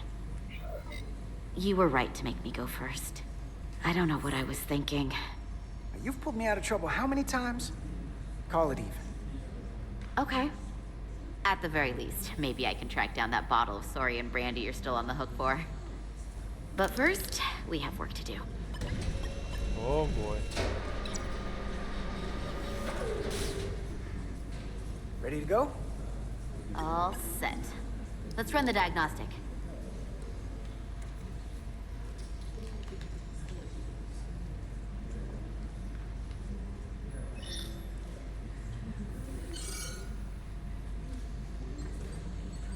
So, I know about your talk with Miranda.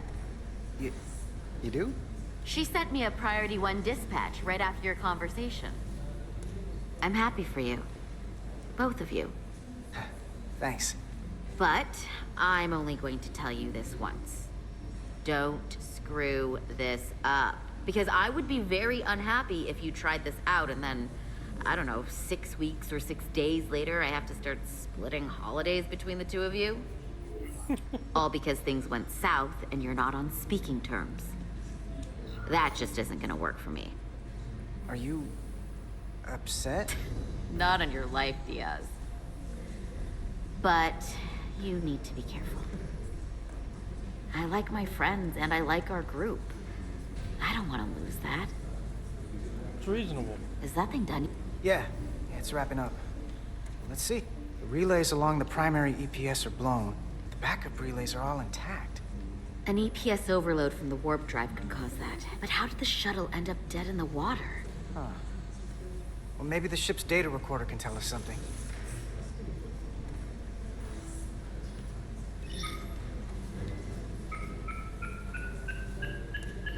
Here. They were only about 8 minutes from their plotted warp point. No faults, just those warnings. What are they?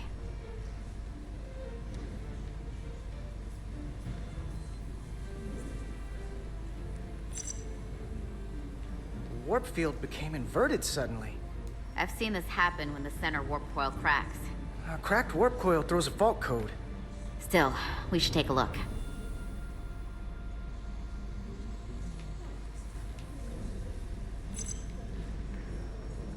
There was a complete warp cascade failure. Wow. They're lucky the shuttle didn't turn inside out. Makes me think the computer panicked on the warp field equation. It's because it probably did.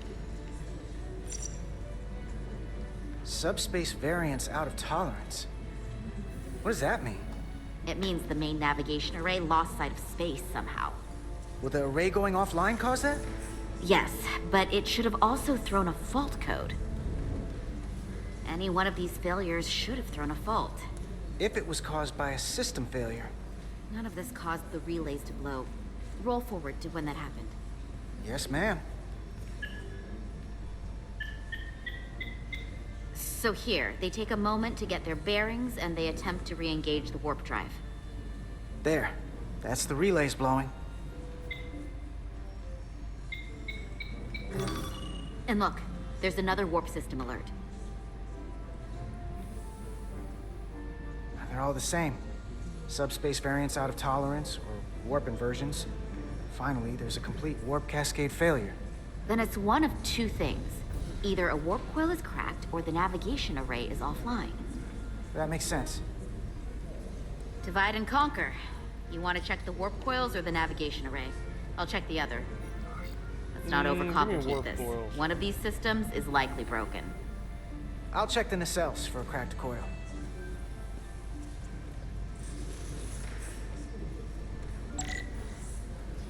Tricorder usage. Your tricorder can record and analyze data. Looking through it will reveal the unseen. Use X to equip or holster your tricorder. Hold right trigger to scan glowing objects. Must be close to some objects to scan them. Watch the frame of the screen to see if you are too far away.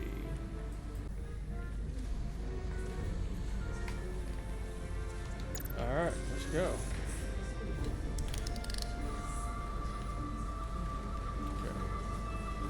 So nacelles are down here.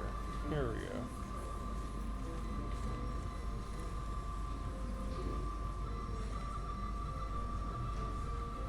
Can't resist.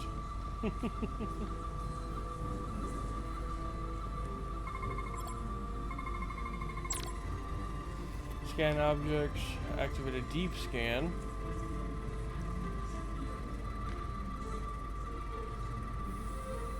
Okay, use the bumpers to switch between different scan modes and search for glowing objects. More indicators on the tricorder will blink if there's an object to find in that mode. Okay.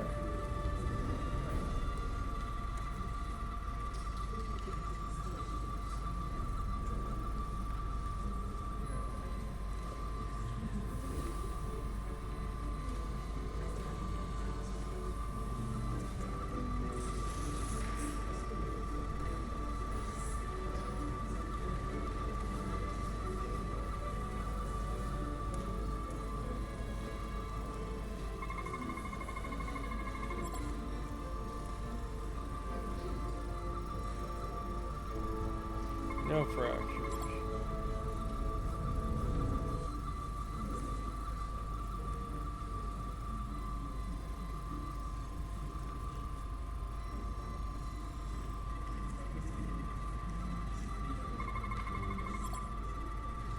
No deviations detected. Back this way, looking good.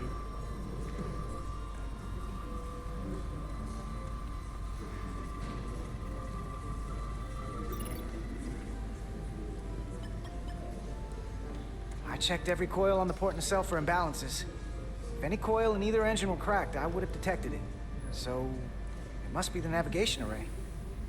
Except it's not. Checked and double-checked. Well, the readings don't lie. Here comes the security detail for the way team.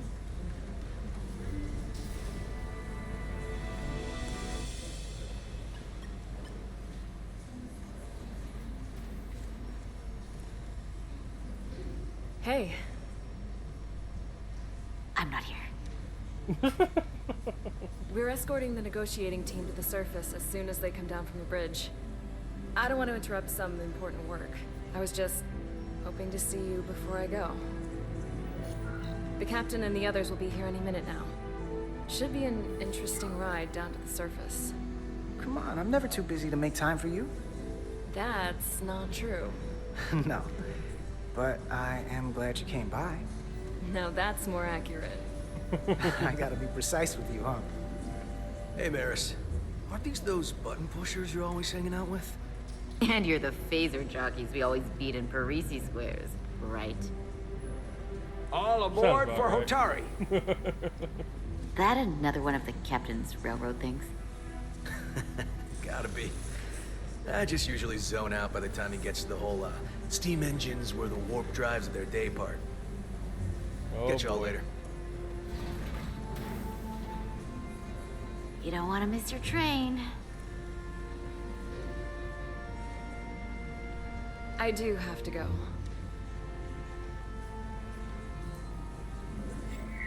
Not gonna lie, I'd rather not leave right now.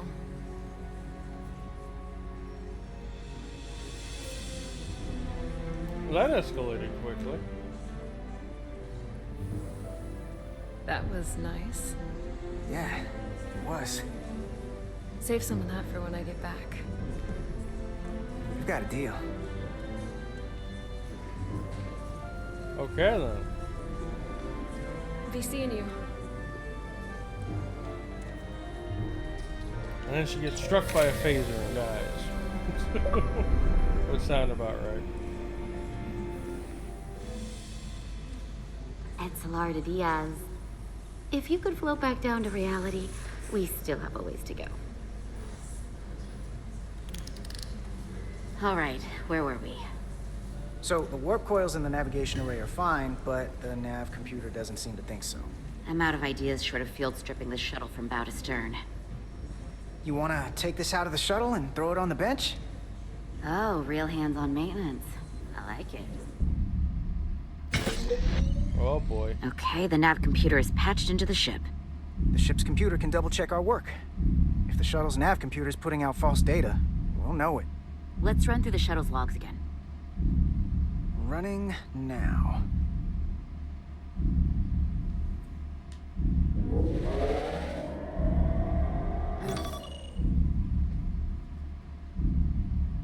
Same. Warp field inversion and a cascade failure. However, the Resolute computer doesn't show the same subspace variance. We're in the same conditions that the shuttle was in when it failed. Why wouldn't the ship's computer get a matching result? What if the subspace variance was a momentary occurrence?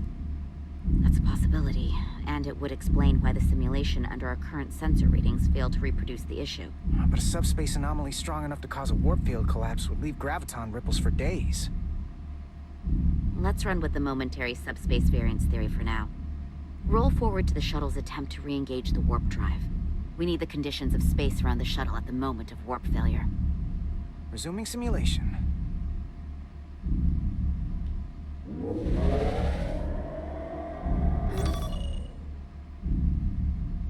Error in warp field calculation. Cochrane formula variables are out of range. That right there. Take the shuttle sensor data from that moment. Computer, why did the warp field calculation fail? Warp field pressure returned non-orthogonal. Results are undefined. That doesn't help. Wait, what if we use a different ship? Put the Resolute into the simulation instead of the shuttle. Yeah, it should warp just fine. Unless... Computer, run the simulation with the Resolute. Resolute simulated. Computer, give me manual control on the warp power.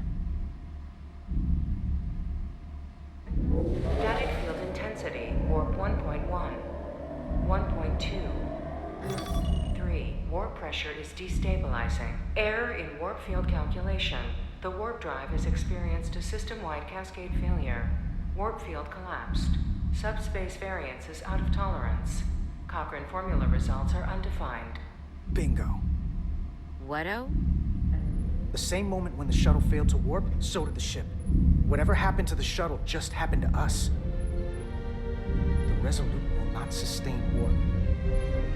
We can't leave Hotari space. That's a problem.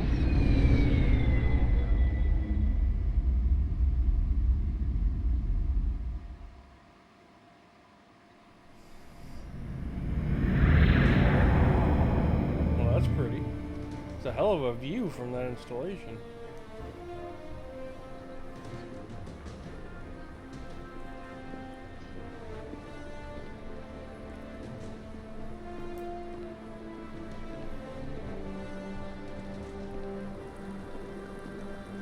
Ambassador Spock, Captain Solano, welcome to Hotari. We are honored you have come. Sure, my name is Tyler Lord. Saltaris, Minister of Diplomatic Affairs. The honor is ours, and this is Commander Jara Rydick, first officer aboard the U.S.S. Resolute. You'll find she has a keen mind, and unique insight into the dynamics between the Hotari and the Lydians.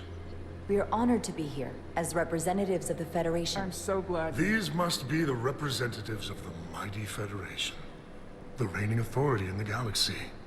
Or so we've been led to believe. Whether that's true or not remains to be seen. But, either way, we're grateful you've made the time to come to our little corner of the universe. And you are? This is Galvin, and this is Citron, the heroes of the revolt in the mines.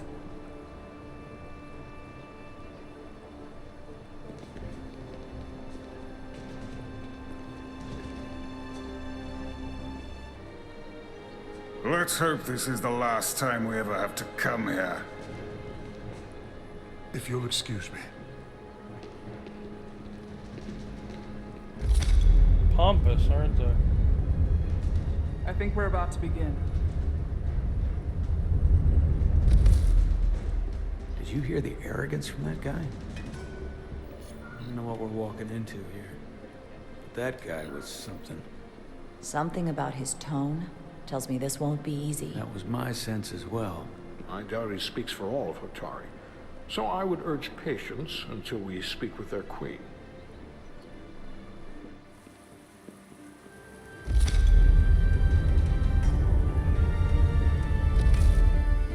I mean, you could feel the tension and animosity between the two factions.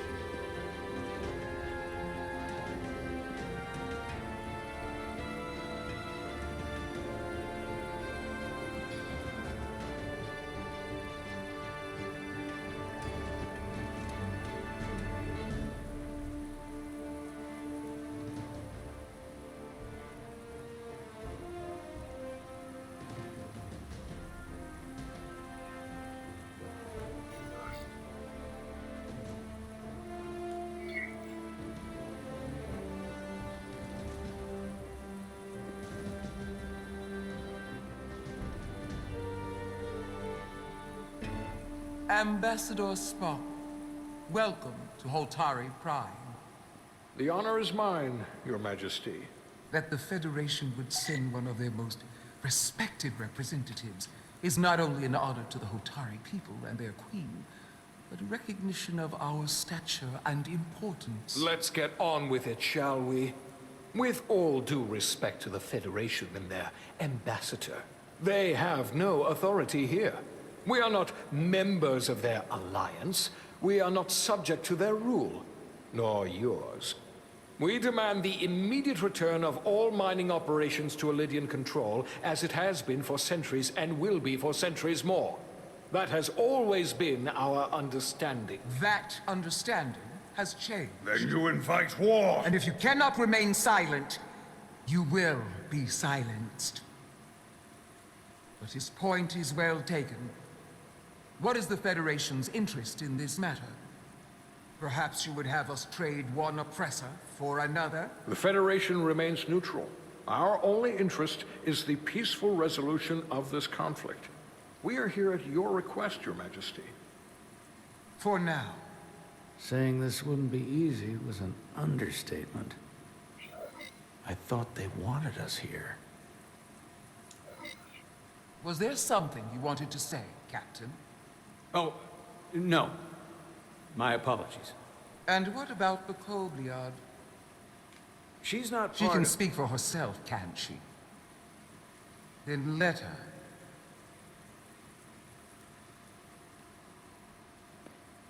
Oh boy. Talk about putting me on the spot.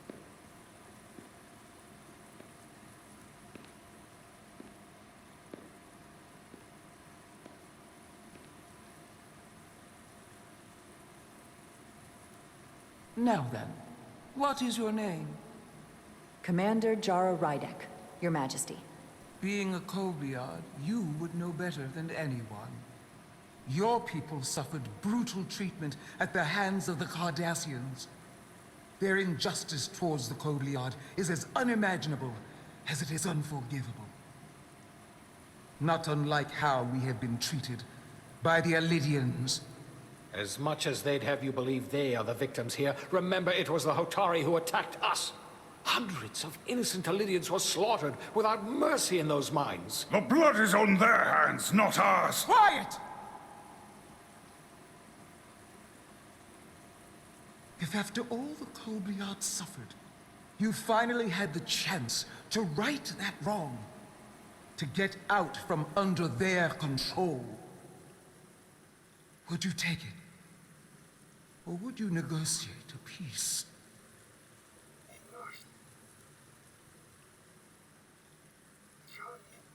There is no remedy for what the Kobliad suffered. And I fear who we might have become in pursuit of it. There is no justice if the oppressed become the oppressor.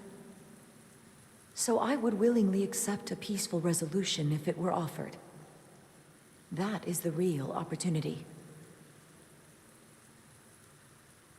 Perhaps, Commander Rydek. Perhaps. Unfortunately, that was not the case, was it? No, it was not. Peace is often elusive to those who need it most. The Federation is the most powerful, most advanced alliance in the galaxy. It's widely known we have an abundance of dilithium in our mines. And it's in your interest to secure a steady supply. Your Majesty, if I may. Ambassador Spock would have us believe you're here as a neutral party in the interest of peace. So why are you really here? I want the truth, not your Federation rhetoric. As Ambassador Spock has said, we've come seeking a peaceful resolution to this conflict, and have no interest in your dilithium. I'm not nearly as naive as you must think. The Federation has done business with the Alidians for decades, which makes me question your motives. What they haven't said, but cannot deny, is a simple truth. The dilithium trade would not and will no longer exist without Alidian involvement. We created it for the benefit of everyone, especially the Hotari. We've given them warp technology. We've let them share in the profits. We've made their lives infinitely better than before dilithium was discovered. All of that goes away if the Federation turns a blind eye to their treachery. That is enough of your lies! The Hotari are quite capable of running the mines. We've done so for centuries. So tell me, who deserves control of the dilithium trade and the mines on Tau? Who should the Federation recognize? The Hotari or the Alidians? It can only be one or the other, not both. Oh shit. I can pause. Oh, I gotta think about this. The Hotari or the Alidians? So, the Hotari seem to be oppressed.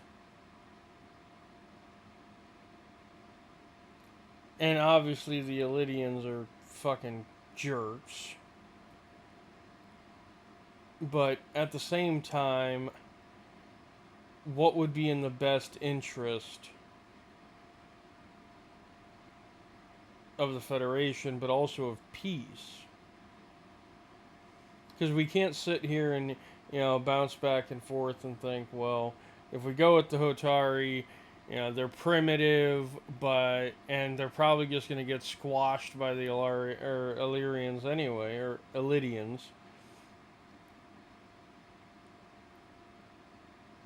It's going to cause a war either way by the looks of this.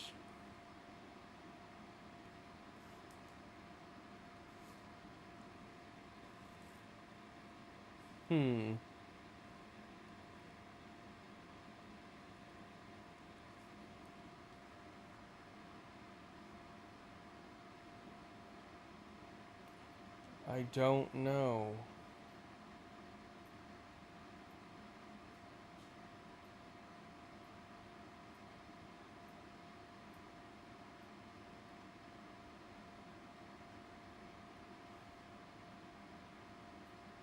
I really don't know what to do here.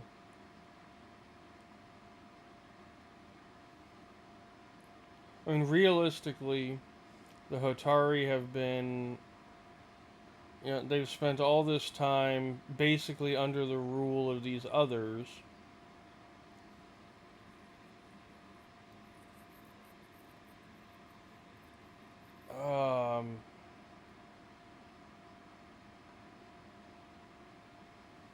I mean, they want peace through...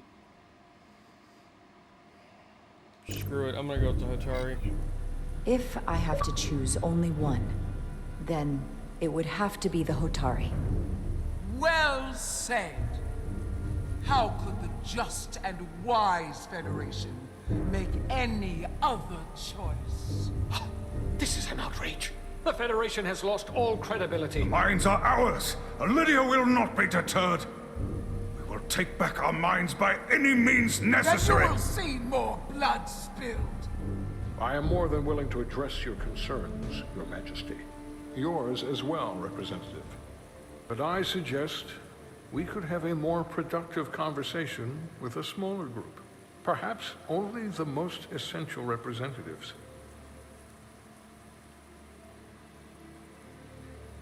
This is fair. It should have been said at the beginning, but it's fair.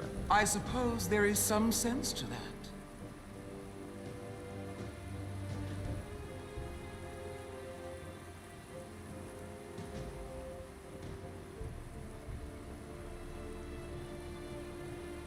I hope we meet again, Jara Ryder.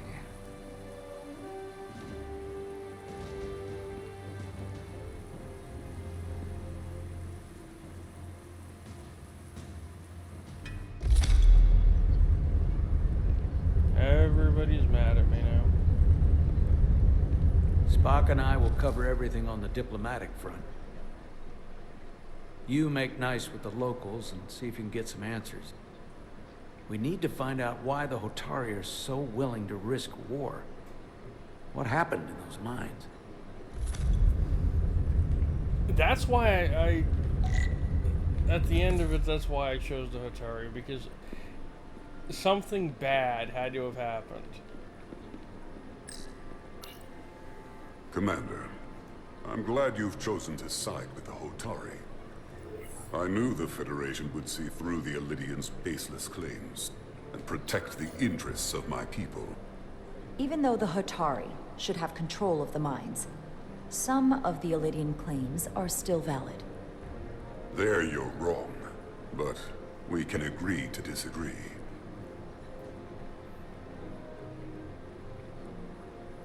I assume you were there the day the mines were seized from the Illydians. Not seized. Reclaimed. And restored to their rightful owners. Yes, I was there. We had to be decisive. Before the Illydians could even realize their worst nightmares upon them. Did you have help from someone else? Hotari stands alone against the Illydian forces. We don't need help from anyone. They respect one thing above all else, and that is force. The greater the force, the more certain the outcome. Any talk of making peace is just that, and worth little without the strength to secure it. Which makes me wonder about your ship, the Resolute.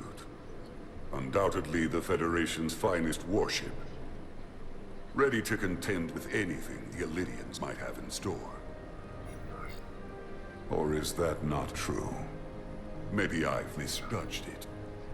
I wouldn't say state-of-the-art, but the Resolute is plenty capable and can hold its own against just about anything.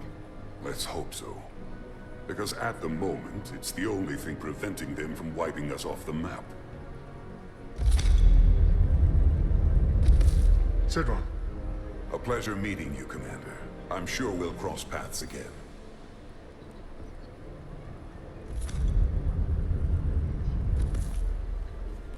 Interesting. What is this? Soothing.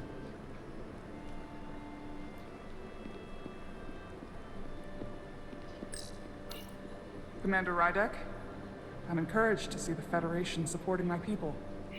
I'm afraid of what might happen without your help. If anyone deserves thanks, it's Ambassador Spock. No one is more invested in negotiating a peaceful settlement to this conflict than he is. I'm so glad. We need his help before the situation escalates further than it already has. It's been very trying. I saw you speaking with Cedron, our national hero. I'm curious, what did he say?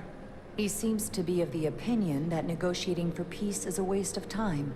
Because force is the only blunt instrument he understands. He's a miner, not a diplomat.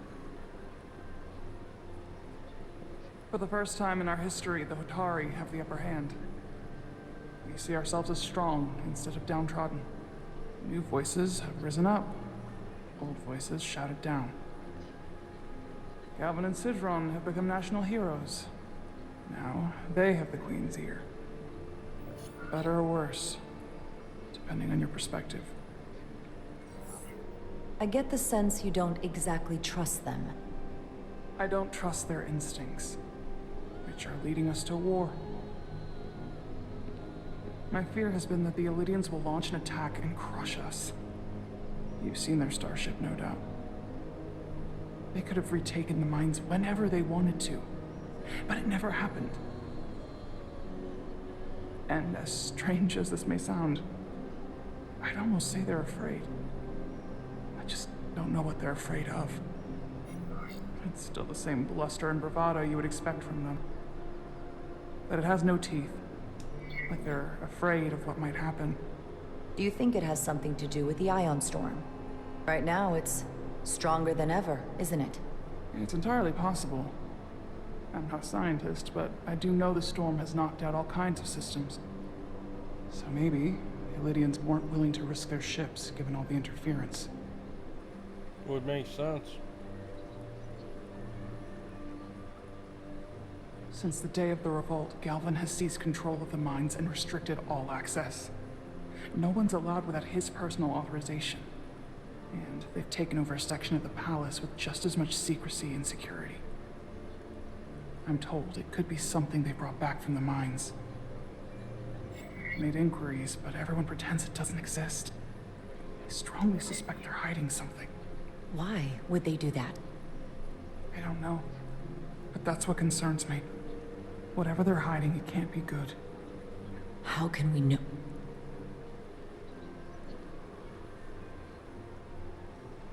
I'd better see what's happening.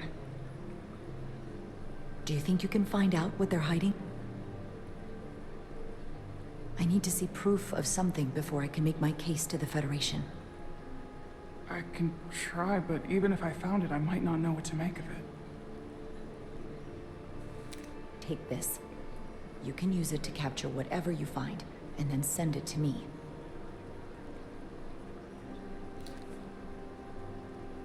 Thank you. I will let you know what I find. And I look forward to our meeting again. Interesting. Sorry, I couldn't help but notice you were speaking with the Hotari this whole time. I figured in the interest of fairness, I should offer another perspective. Of course. I'm probably not telling you anything you don't already know, but these negotiations rely on the Federation's neutrality, as does any hope you might have for a supply of dilithium in the future. So, why you would choose to side with the Hotari escapes me. Without Lydian involvement, there is no dilithium trade. But clearly, you weren't aware. Of all my concerns, dilithium is not one of them. I could care less about securing a supply, now or in the future. I'd be curious to know if the rest of the Federation shares your indifference. Major Solid Arminta, Special Attaché, Lydian Armed Forces. Pleasure to meet you, Commander. I have my issues with the Hotari, but I have to give them some credit. They know how to seize an opportunity. Inciting an uprising the same day as a massive, once-in-a-lifetime ion storm. Our assumption was that this storm was just an anomaly. Yes, a very convenient anomaly. At least, that was what we were told. Of course, I wasn't there. But who am I to say otherwise? Something tells me there's more to the story. So what really happened?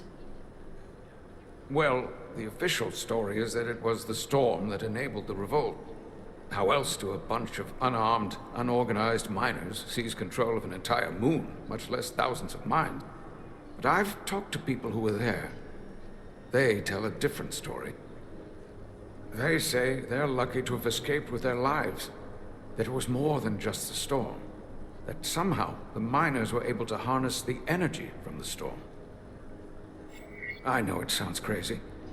I'm not even sure I believe it myself. But that's what they said. You said the Hotari were primitive. Well, they are. Except for the part about weaponizing ion storms. That's a pretty good If you'll point. excuse me, Commander Ryder. Interesting.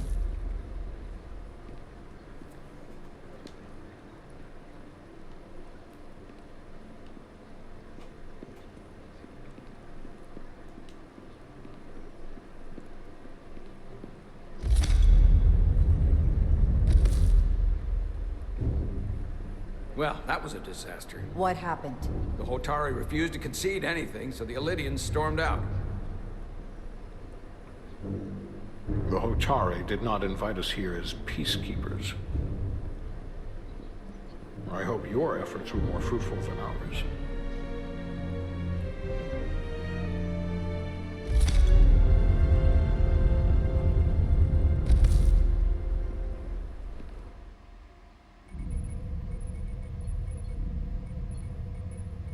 Gravitational harmonics failing to resolve.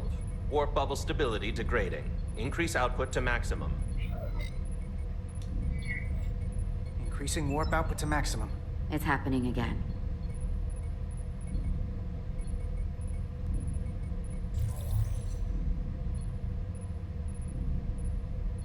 It is evident that presently, the Resolute cannot achieve warp propulsion. Since our diagnostics rule out any problems with our warp systems or anything about the ship, the problem appears to be the fabric of space itself. Space itself? You're saying something about this region of space prevents warp travel? Prevents it, or can't sustain it. However improbable, that appears to be the case. We need to know more. The storm didn't stop us from leaving space dock and traveling here. But could it still be causing this interference with warp travel? We must follow sound investigatory principles. Do not let an assumed conclusion drive your analysis. Sometimes we need a little inspired thinking, Mr. Chovak. Captain Solano is on his way back from the negotiations, and I want to have some answers for him when he gets here. Indeed. Given the facts at hand, we may be able to deploy subspace probes around the ship to construct a clearer picture of the phenomenon. Around the ship. I'll prep a shuttle. He is way too excited.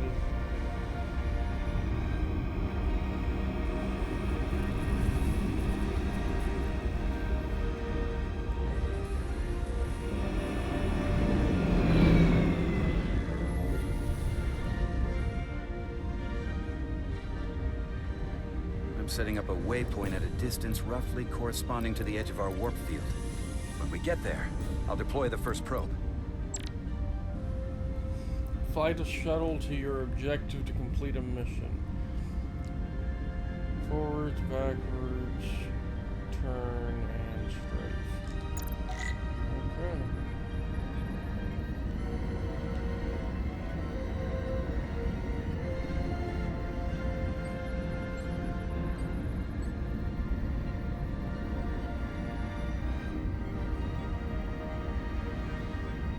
Commander Westbrook, the Resolute systems are calibrated to receive the probe's readings. We are standing by to reproduce the warp field collapse after the first probe is deployed. Thank you, Mr. Chovak. We'll be in position shortly. And, Mr. Diaz, do take care in piloting the shuttlecraft. Now is not the time to indulge in the human penchant for joyriding. Chovak probably isn't such a fun guy to work for, huh?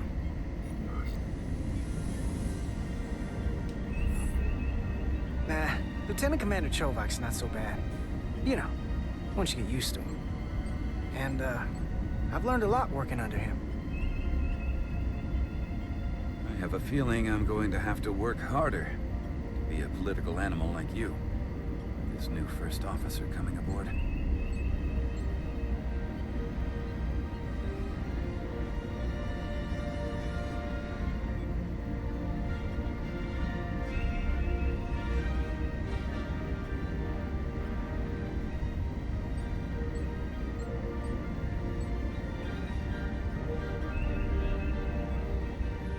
This is far enough.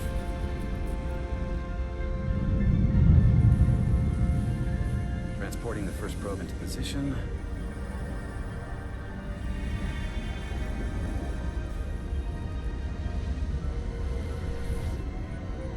Westbrook here. The first probe is deployed. Understood. We are reading it. We are about to replay the simulation.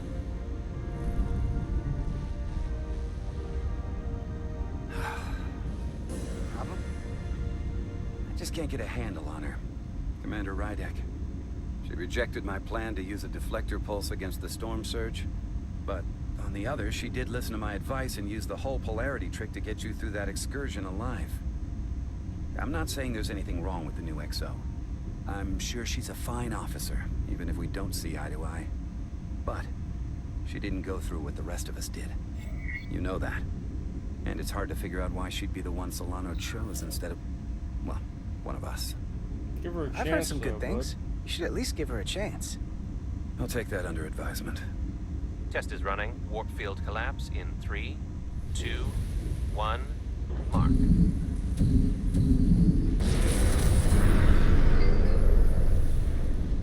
Whoa. All right, that is definitely a problem with the fabric of space. We need to get another probe out there. We broke space, guys.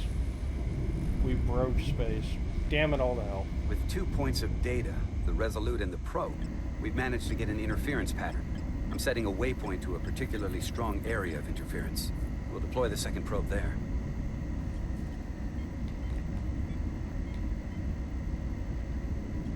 Listen, I'm gonna give you a piece of advice I wish someone had given me. Make sure you're never just one thing. Don't get so focused on what's in front of your face that you lose sight of the big picture.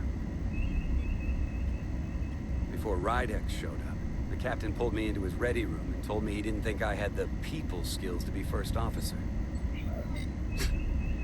What a load of crap. I mean, if he'd said that about Chovak, sure. Well, if you're asking, I think you're a people person. After all, here we are. Me, an enlisted officer. You, one of the senior staff. Talking like old buddies. I should send Solano to talk to you. Bring him on. I'm sure you can handle him. You've got potential. You're a capable engineer. You're good in the field. Keep up the good work. Who knows? A solid jack of all departments like you could be Commander-in-Chief of Starfleet one day. Hell, Admiral Jellicoe started as a shuttle pilot. And there are places to go in the enlisted ranks, too. You know, I'd be the best leader Starfleet ever had. Lower decks always have to fix all the problems command causes. Maybe I'd just save everybody some steps. Well, don't forget about us little people when you're running things. Of course not. Gotta remember where you came from.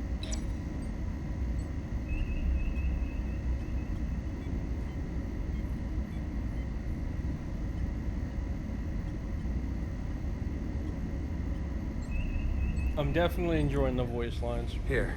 This is close enough. Stop the engines. Deploying the probe. Westbrook to Commander Chovak. We're ready for another sampling of data. Very good. Running the simulation again. Warp field collapse in 3, 2, 1. Mark. There it is again. I saw it. It seems to be directional. Well, what about the scans? Anything?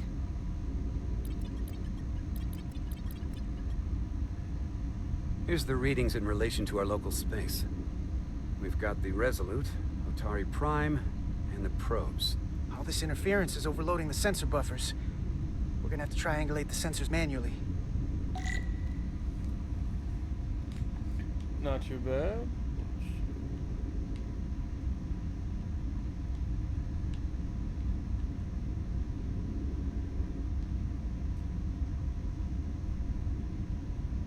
We got something. These markers indicate peaks in the gravimetric interference patterns. Let's see if I can find some more.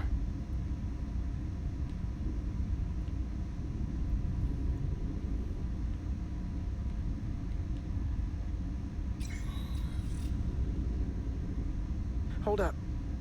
This is coming from the moon. A beam that blocks warp travel.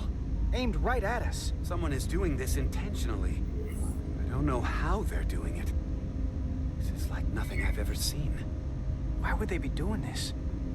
We came here to help these people. And now we're getting hit by some warp-killing weapon? Now, look here. Current readings of the ion storm. These concentrations. They line up with the interference pattern. The storm and this beam, they're coming from the same place. Carter, whatever petty local conflict brought us here, it's just a small part of something much bigger. Okay.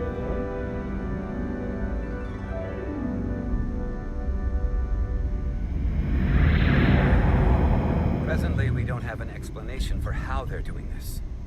One thing is clear. This is no fluke. Thank you, Mr. Westbrook. I want a full briefing when I'm back on board. Solano out. A targeted weapon that inhibits warp travel. Coming from the moon Tau. That would explain the difficulties my shuttle encountered. More importantly, the tenor of the Hotari during the negotiations. And here I thought the Elydians would be the problem. Coming to peace talks in a warship. This wasn't supposed to be so complicated.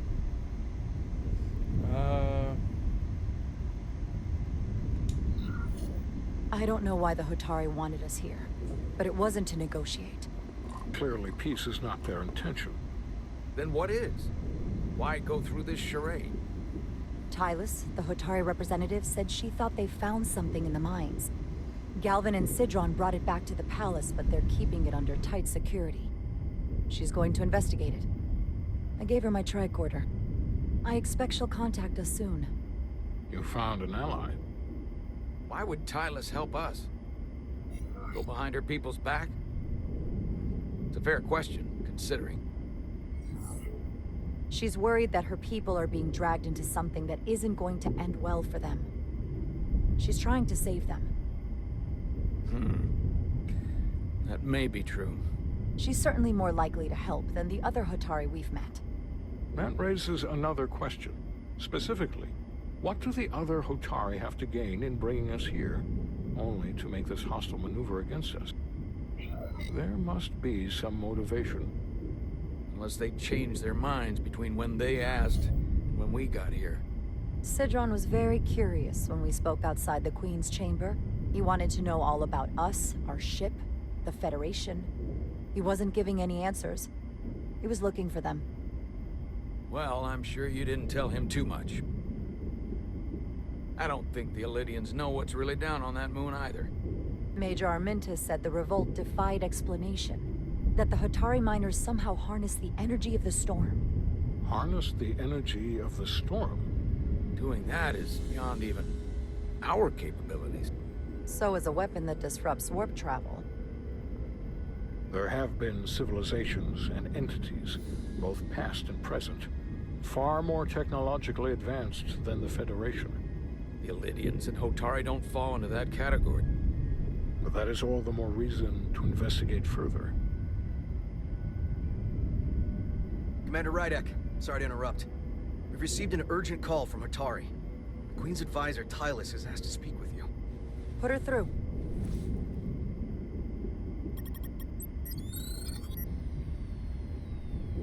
Galvin and Citron are still with the Queen. I've enlisted help to gain access to the room they have under guard. I don't have much time. I'm not supposed to leave my post. It's only for a moment. I so appreciate your help.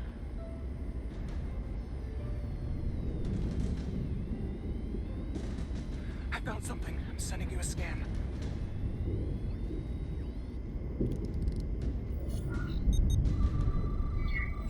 Got it. Tylus, if we needed to gain access to the mines on Tau, is that something you could help us with? I suppose it wouldn't be easy, but I have to go. Tylus. Can we reconnect? No, let's make sure we don't get her caught. You've lost all contact. We can only hope she escaped without harm. It was hard to tell. I'm the one who got her into this. If something happens to her, it's my fault. She's one of the Queen's closest advisors. I'm sure she'll be fine. Assuming the Queen isn't part of this. Let's see the scan of whatever the hell that was.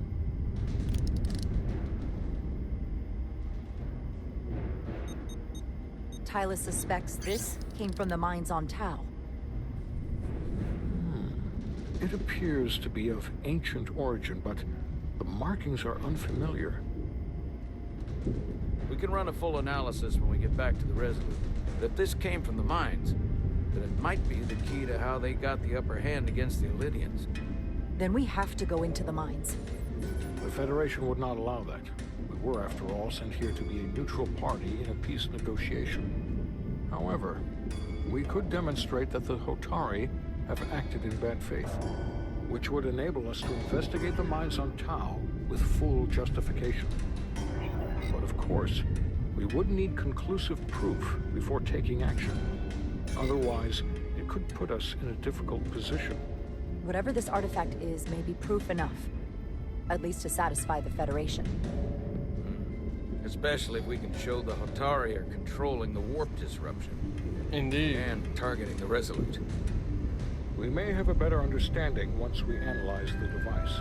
But a mission to the mines, covert or otherwise, is not out of the question. And I will handle the Federation.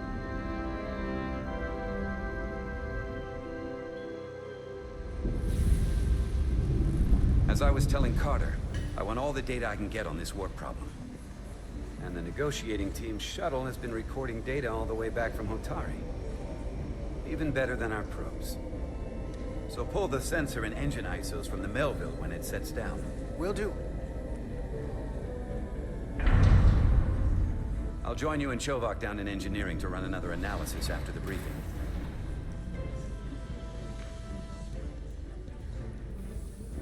I didn't like this warp problem when we thought it was some astronomical anomaly. And I like it a hell of a lot less now that we know someone is doing it to us. How does it work? What do we even do about it? What do you say we pull these chips and find out? Took some damage on the way.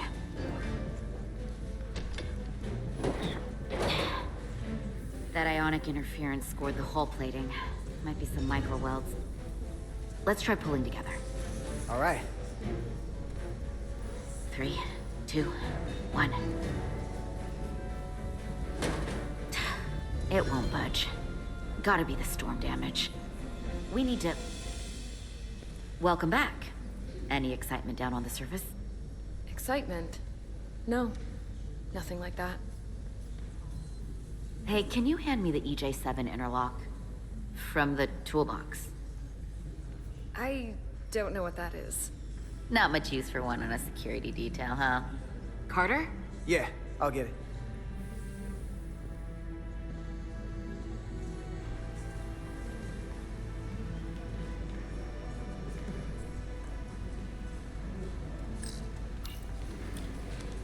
Yeah, I definitely feel a bit of,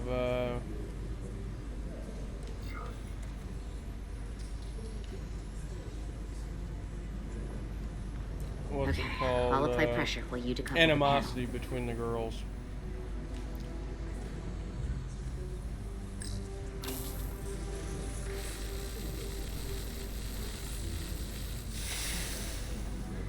Here, I'll help.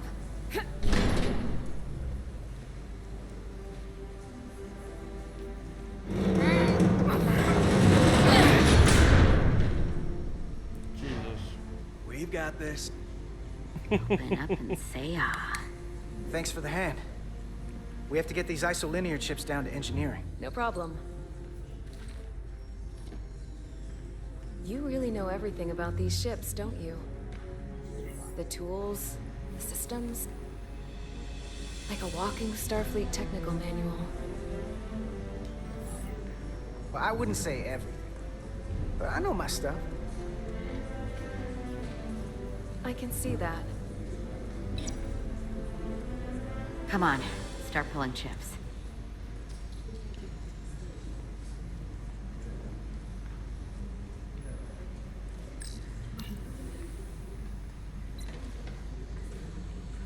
Oh boy.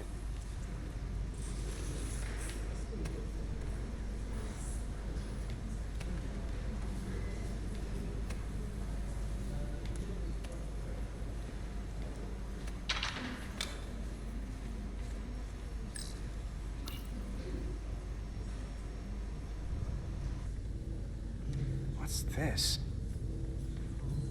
Some kind of crystal formation?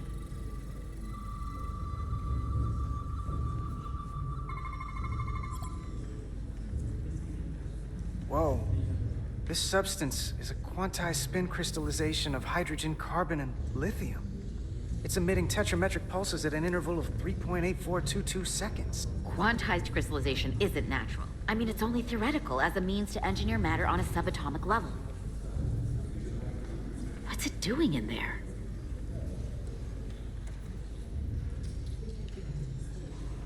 Well, it sure as hell doesn't belong. Wait. Regulation 364, subsection 9. What? Regulation 364, subsection 9 orders that in the case of an unknown foreign substance infiltrating a sealed system, it will be placed in secure confinement before further examination. Retrieve a containment module. Don't you think we're more equipped to deal with whatever this is?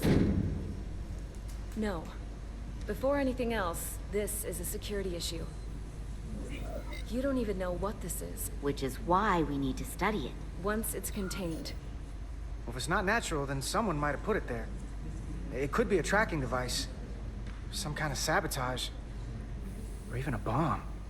Which is why we need to get it to the containment lab. Come on. I can't make an exception. Not even for you. I'm still going to report these crystals to Commander Westbrook when we send the shuttle data. And I will inform my superiors. I'm taking this just as seriously as you are. We need to work together, though. But I Not overheard argue. talk about the warp disruption on the shuttle. Now these crystals? Maybe this situation is more than we can handle with just a science vessel. We could trigger a distress call, get Starfleet to send more ships. Or I could send a message to my old CO on the Adirondack. Get some combat-tested vessels. We shouldn't do this We're alone. on our own here. We're at the edge of the quadrant. Help isn't just gonna pop over like we're in Sector 001. Wouldn't hurt to try. You talk like you've never had your backs up against a wall before. This is Starfleet. We solve our own problems. Literally.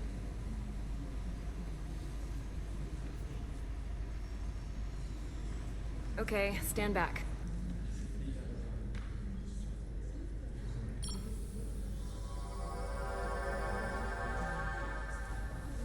Get this to the containment lab. We'll get it set up for you. I'll let you know when it's safely confined. Oh, we'll be there. Last thing you want is to study this down in main engineering and have it explode next to the warp core.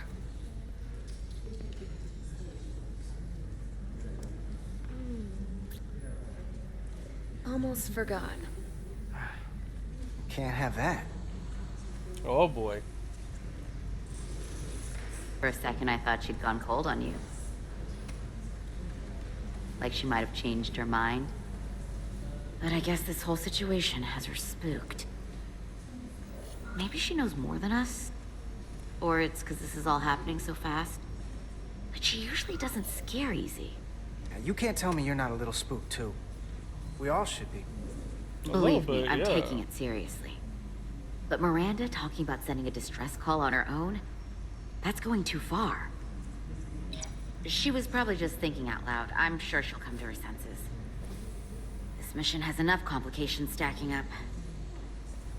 Now, we'll get through it. You, me, and Miranda, too. Alrighty, folks, we are going to call it for part 1 there. I hope you guys have been enjoying this as much as I have. Damn, this is fun. I'm really feeling it, and I hope you guys are too. Don't forget to hit that like button, smash that subscribe, drop a comment down below. Tell me what you think so far about Star Trek Resurgence, and I hope to catch you all in part 2. And as always, take it easy. I'll catch you on the flip side.